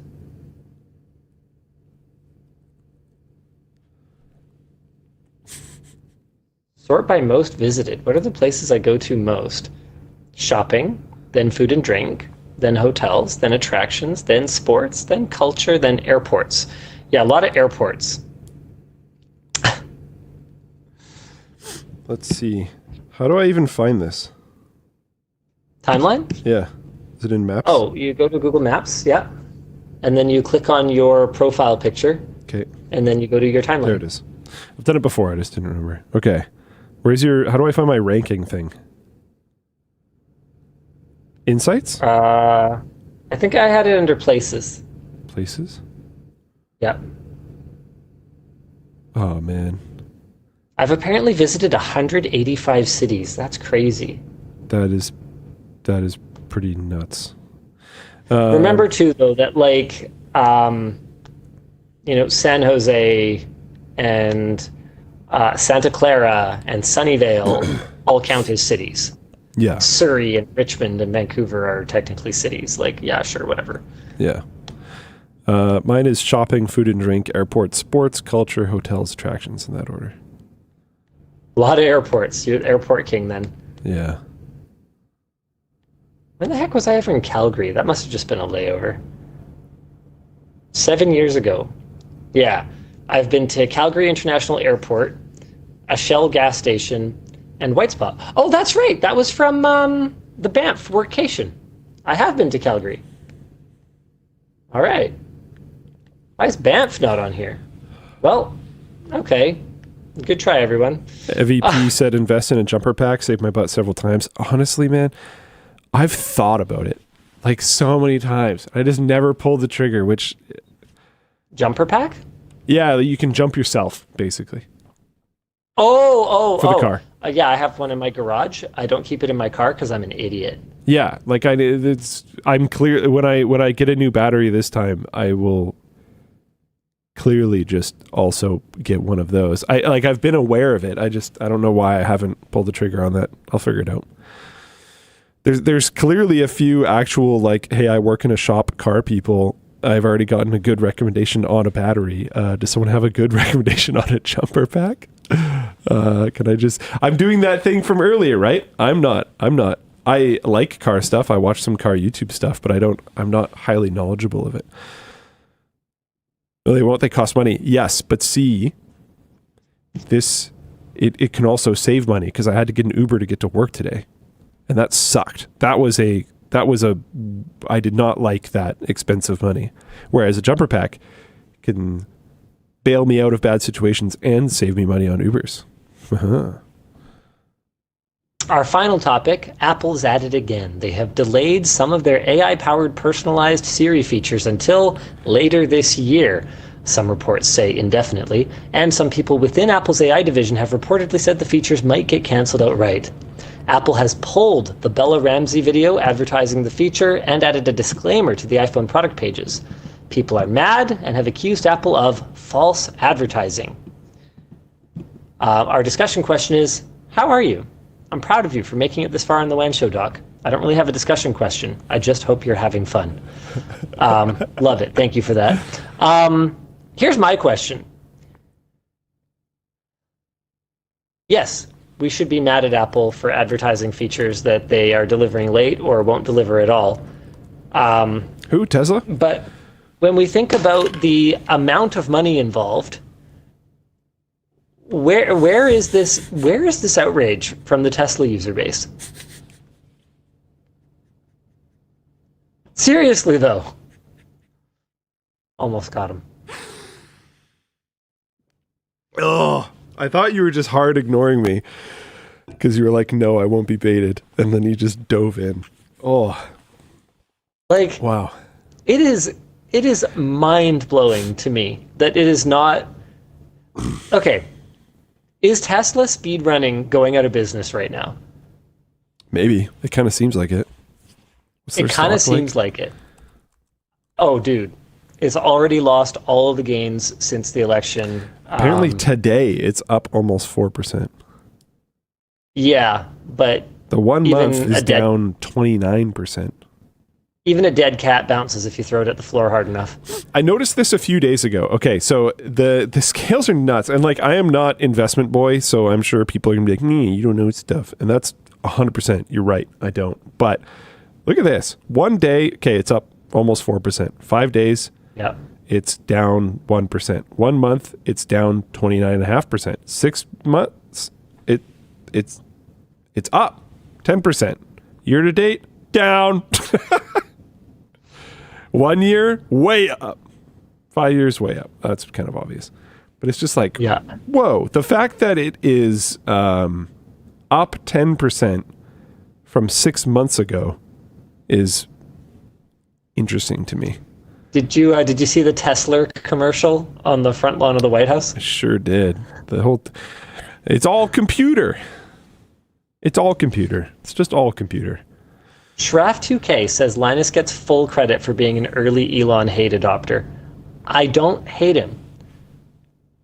What I don't like is that he lies and misleads. I don't like that he obviously thinks that he should not have to answer difficult questions when it comes to the safety of the vehicles or when it comes to reporters investigating their quality or whatever the case may be.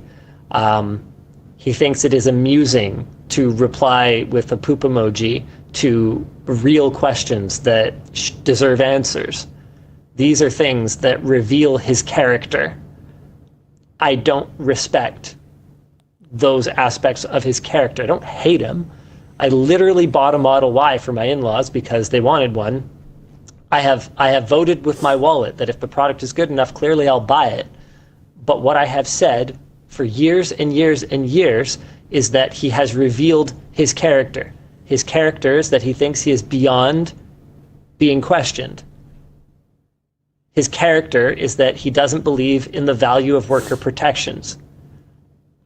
His character is that he believes that he can just say something and not be held to account for it. That's his character.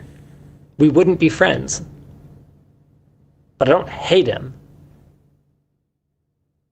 It's also, and I've said this on the show before, it's also clear that, you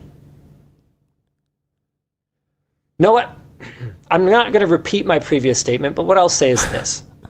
I run one company and I have 3 children. That is very difficult to balance while being a quality father to my 3 children with one wife. What if you had 2 wives? What if I had 4 times as many children? To imagine for a second that I am quality fathering 12 children across a multitude of wives is laughable, because quality being a father is a ton of work, and that work, you can't just like do it intensely for a little bit and then like not do it for a while. It's constant.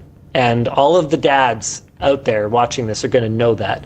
And one of the things that I've also talked about is that I think as men, we are not always choosing our role models extremely wisely these days. And I think at the time back then, I talked about Musk, I talked about Jobs, Steve Jobs, as people who achieved a lot of really great stuff, but who I do not admire for the way that they treated their partners, their baby mamas, and their children. I do not think that those are admirable qualities. I don't think that makes you a good man. I think being a good man means taking care of your progeny and doing it properly. Yeah. So like I don't respect it. The great stuff side is legit, right? Like, yeah, you can say he bought Tesla, he didn't invent it, but yeah, you could say he's the world's best Diablo 4 player. In doing so, he popularized electric cars, which you can see is good or bad. The stuff with SpaceX is like genuinely insane. I don't even know. The catch was like one of the most wild things I've probably ever seen in my entire life. But then everything that Linus just said is also legit. So it sucks. One of the things that's been wild for me is the about face that a lot of people do, which is interesting, where there's like dramatic changes. So you can like, you know, watch someone or follow someone or read their stuff or whatever it is. I don't know. Watch their tiki-talkies. And then, you know, in 5 years, maybe they're a completely different person. It's like, damn, I don't know. But he's got to move on. Who cares? Yeah, man, there's so many examples of this. Tufanuk in YouTube chats, like, who names their son X. Someone who doesn't respect that will be an adult person someday who probably wants to have a name that isn't stupid and isn't a meme. You know, like treating kids like property that you could just like meme on is so utterly disrespectful of another human life. one that you have a responsibility to care for and respect. Yeah, it's not cool. Well, with that said, I'm not saying that just X. I think X is actually kind of cool. No, there's another one that has an even like stupider one. Archangel something. Whatever. Which is wild. Kind of sick. Laughing Canadian says, entirely unrelated to Musk and his family system. I think that's one way of putting it. I dislike couples that have like 8+ kids. There's zero chance that's healthy. You literally cannot raise that many kids properly. Actually, I don't necessarily believe that's true. I was one of 5. And when you're all under one roof, by the time you have an 8th child, your oldest is like probably at least 15. And is contributing in a major way. And I actually think that a hugely beneficial part of my upbringing experience was being old enough to remember babies. A huge part of being able to be an effective parent is that I effectively did some of it when I was younger. I cared for small children. And obviously, there weren't 8 of us, but we didn't quite need a van, but we sure as heck filled a minivan. And there were great things that came from the social interactions of living with people, not just having a sibling and like living with your parents, but having to get along and having to share and having to, fight for things and learning when to yield. These were all really important aspects of growing up that I think are actually lost in very small families. To be clear, I'm not saying having a small family is a wrong choice either. I'm just saying that condemning someone for having, a very large family because you don't think they can raise the kids properly, I think overlooks how much raising children will do of each other, as long as there are sufficient checks and balances in place from the adult mentors and role models. I'm not talking going full Lord of the Flies here. Just saying. Try not to judge. Try not to judge. Yeah. Unless you know the exact situation. Yeah. Moving on. Yeah. I think that's it for topics. I was going to say, it's 10. Are we moving on to merch messages? Yeah, I guess so. Is it after dark time? I think so. I think it's after dark time. Boop. Oh, yeah. That one. Oh, yeah, I guess my background doesn't change. Not so dark. There we go. All right. Yeah, I got a few for you here. Hey, DLL. I know Linus has the bike paint project. Dan has the Hayabusa project. But what is Luke's ongoing side project? Float plane in the lab. Yeah. His second job. To be honest. Yeah. Outside of that, I have enough time to hopefully not be hated by my partner. Take care of birds, or at least a little bit. If she forgets who you are and what you look like and what you sound like, she can't really hate you. And try to take care of my physical self as much as possible. But yeah, lately it's been a lot of work. We're hiring. Hey, we're hiring. Let's go. Help me. Help. Please. Yeah, that's about it.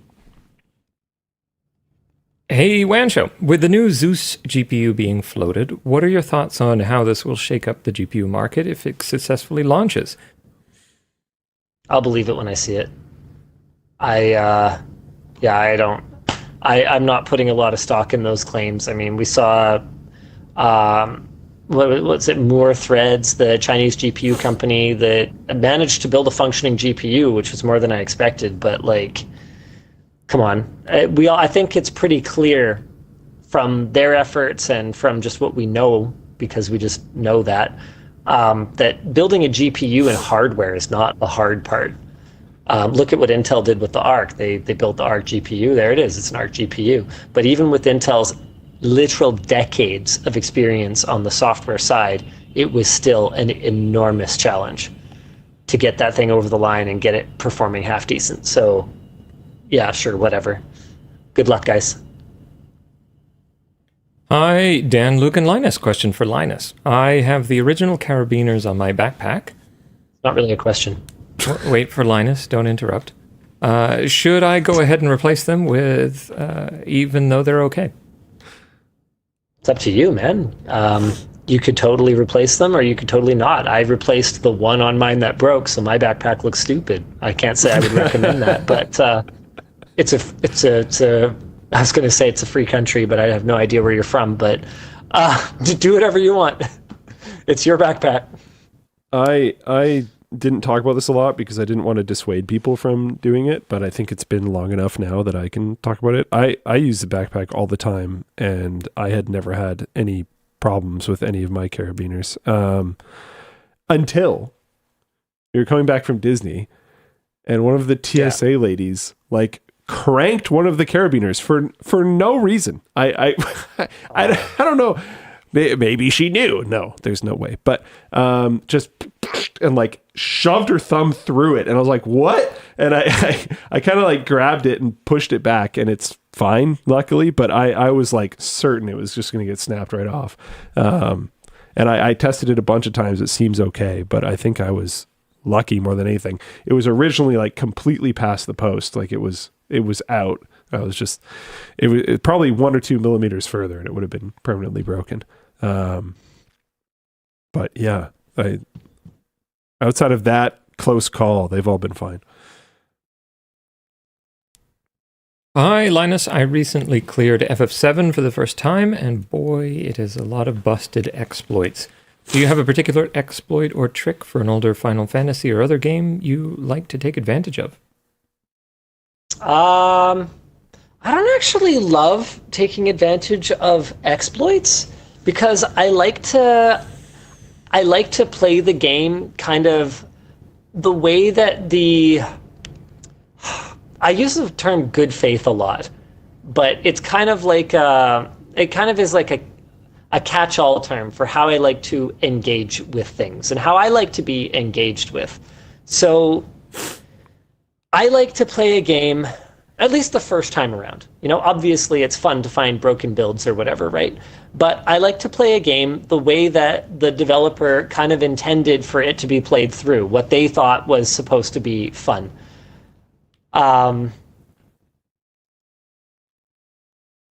So I tend to try to not look up too much. I tend to rely only on the first party resources that I was supposed to have if I bought the game and I got the manual, or I read through the store page and played the tutorial or whatever else. And I try not to look too hard for things that are completely broken. But if there was one that I would say would be kind of fun to exploit broken stuff in, I guess it would probably be Final Fantasy Tactics, because it can be pretty fun to build, god characters that can't be hit and stuff like that. But it also takes the challenge out. I like a big part of gaming for me is feeling like I overcame a challenge. Otherwise, what am I even doing here? I don't mind it as much in tape to tape. Luke, I was telling you I'm saving a run that I'm in the middle of for the next time we can play together, because wow, is it ever broken. But what's cool about that is it's just this self-contained 1 hour run. Whereas if I'm breaking a game like Final Fantasy Tactics that's 30 plus hours to do a playthrough, I'm removing the fun challenge that will be the final boss. And why am I even playing the rest of it? I should just watch the cutscenes on YouTube, right? It just feels kind of pointless to me. But I'm not, if someone else enjoys a different element of that game, that's totally for them. But that it's not what I enjoy. Yeah. Hi, DLL. I apparently made a mistake ordering a 4x24 gigabyte kit of 8,000 megatransfer RAM on my new AM5 board, as it can only reach 5,600 megatransfers per second stable. What's the deal with this generation? Does everyone just buy 2? Yeah, everyone just buys 2 sticks. You're lucky to get 56. That's pretty good. My preschool-age daughter is getting into gaming and just beat Astro Bot. Do you have any recommendations for games that games like that for her to try next that involve problem solving? I had never even heard of Astro Bot. It's like the PS5 like launch title. You're like playing the PlayStation mascot, I think. It's like Knack. But people love it. It's very highly rated. Oh, interesting. Wow, yeah. Five stars. I think it won like Game of the Year or something. I had no idea. I mean, it's must play. If they're playing like it was clearly adult suitable games, I don't mean like an adult game. I just mean a game that like adults would enjoy. Well, then they could play like any fun platformer game. I actually enjoyed the crap out of Lucky's Tale, even though it was just like supposed to be like a crappy showcase title, I thought. You can also give her some retro games. Some old-fashioned Super Mario World. My kids loved it, in spite of how old it was. Looking at the game, I've never played Astro Bot, and maybe I'm just totally wrong here, but looking at some of the gameplay, like, they might like some of the Lego games. I just find them, man, are they ever unchallenging? But I guess for fear of preschool, that's fine. Yeah. Lego's apparently bringing their game development in-house. Even if it like hurts profit, I guess they want to control the quality a little bit. I've only tried a couple of them, but they seemed very mediocre. Yeah, I tried one and was like, I guess I'm not interested in any of these. Which, if it's like a little kid game, sure, maybe, I guess. But so was Super Mario Bros. So, I don't know. Doesn't have to be that way. And last one I got for you here. Hey, Riley, how you doing? Hi, LLD. I just bought a physical copy of Baldur's Gate 3 from Japan. Mr. Luke, as a man of culture yourself, do you think the censorship will heavily affect the experience with the game? Will I be missing out? Sorry, which game? Baldur's Gate 3. Baldur's Gate 3. The censorship. Oh. As a man of culture? No. How censored is the game in Japan? It's always fun to me. Funny to me. Japan's like sort of schizophrenic approach to adult content. Like one day they are. You just gotta put a little line over it. Yeah, and then the next day it's just like, yeah, this is the most outlandish, like weirdo stuff ever, and it's I don't know, man. Are they just censoring like nudie scenes, or are they doing like gore and violence stuff? I doubt gore and violence, right? It's probably just nude. Yeah, then I don't know, whatever. It's fine. Japan's there's a setting in the game already to do that, and like I'm sure a lot of people do that. It's probably just like checked on by default. People streamed the heck out of that game. They probably had that stuff turned off. Yeah. Yeah. Yeah. It's fine. Right, You'll enjoy it. It's a fantastic game. Was that it for WAN Show today? Yeah. All right. Well, then I guess we'll see you again next week. Same bad time, same bad channel. Bye. Someone linked an Escapist magazine article called "We Were Spartans" that was published in 2011. That is like perfectly encapsulates how online gaming kill plans and why that's bad. Oh, it's a good read. Where is this? Okay, maybe text it to me. I can't see it. Okay. Bye.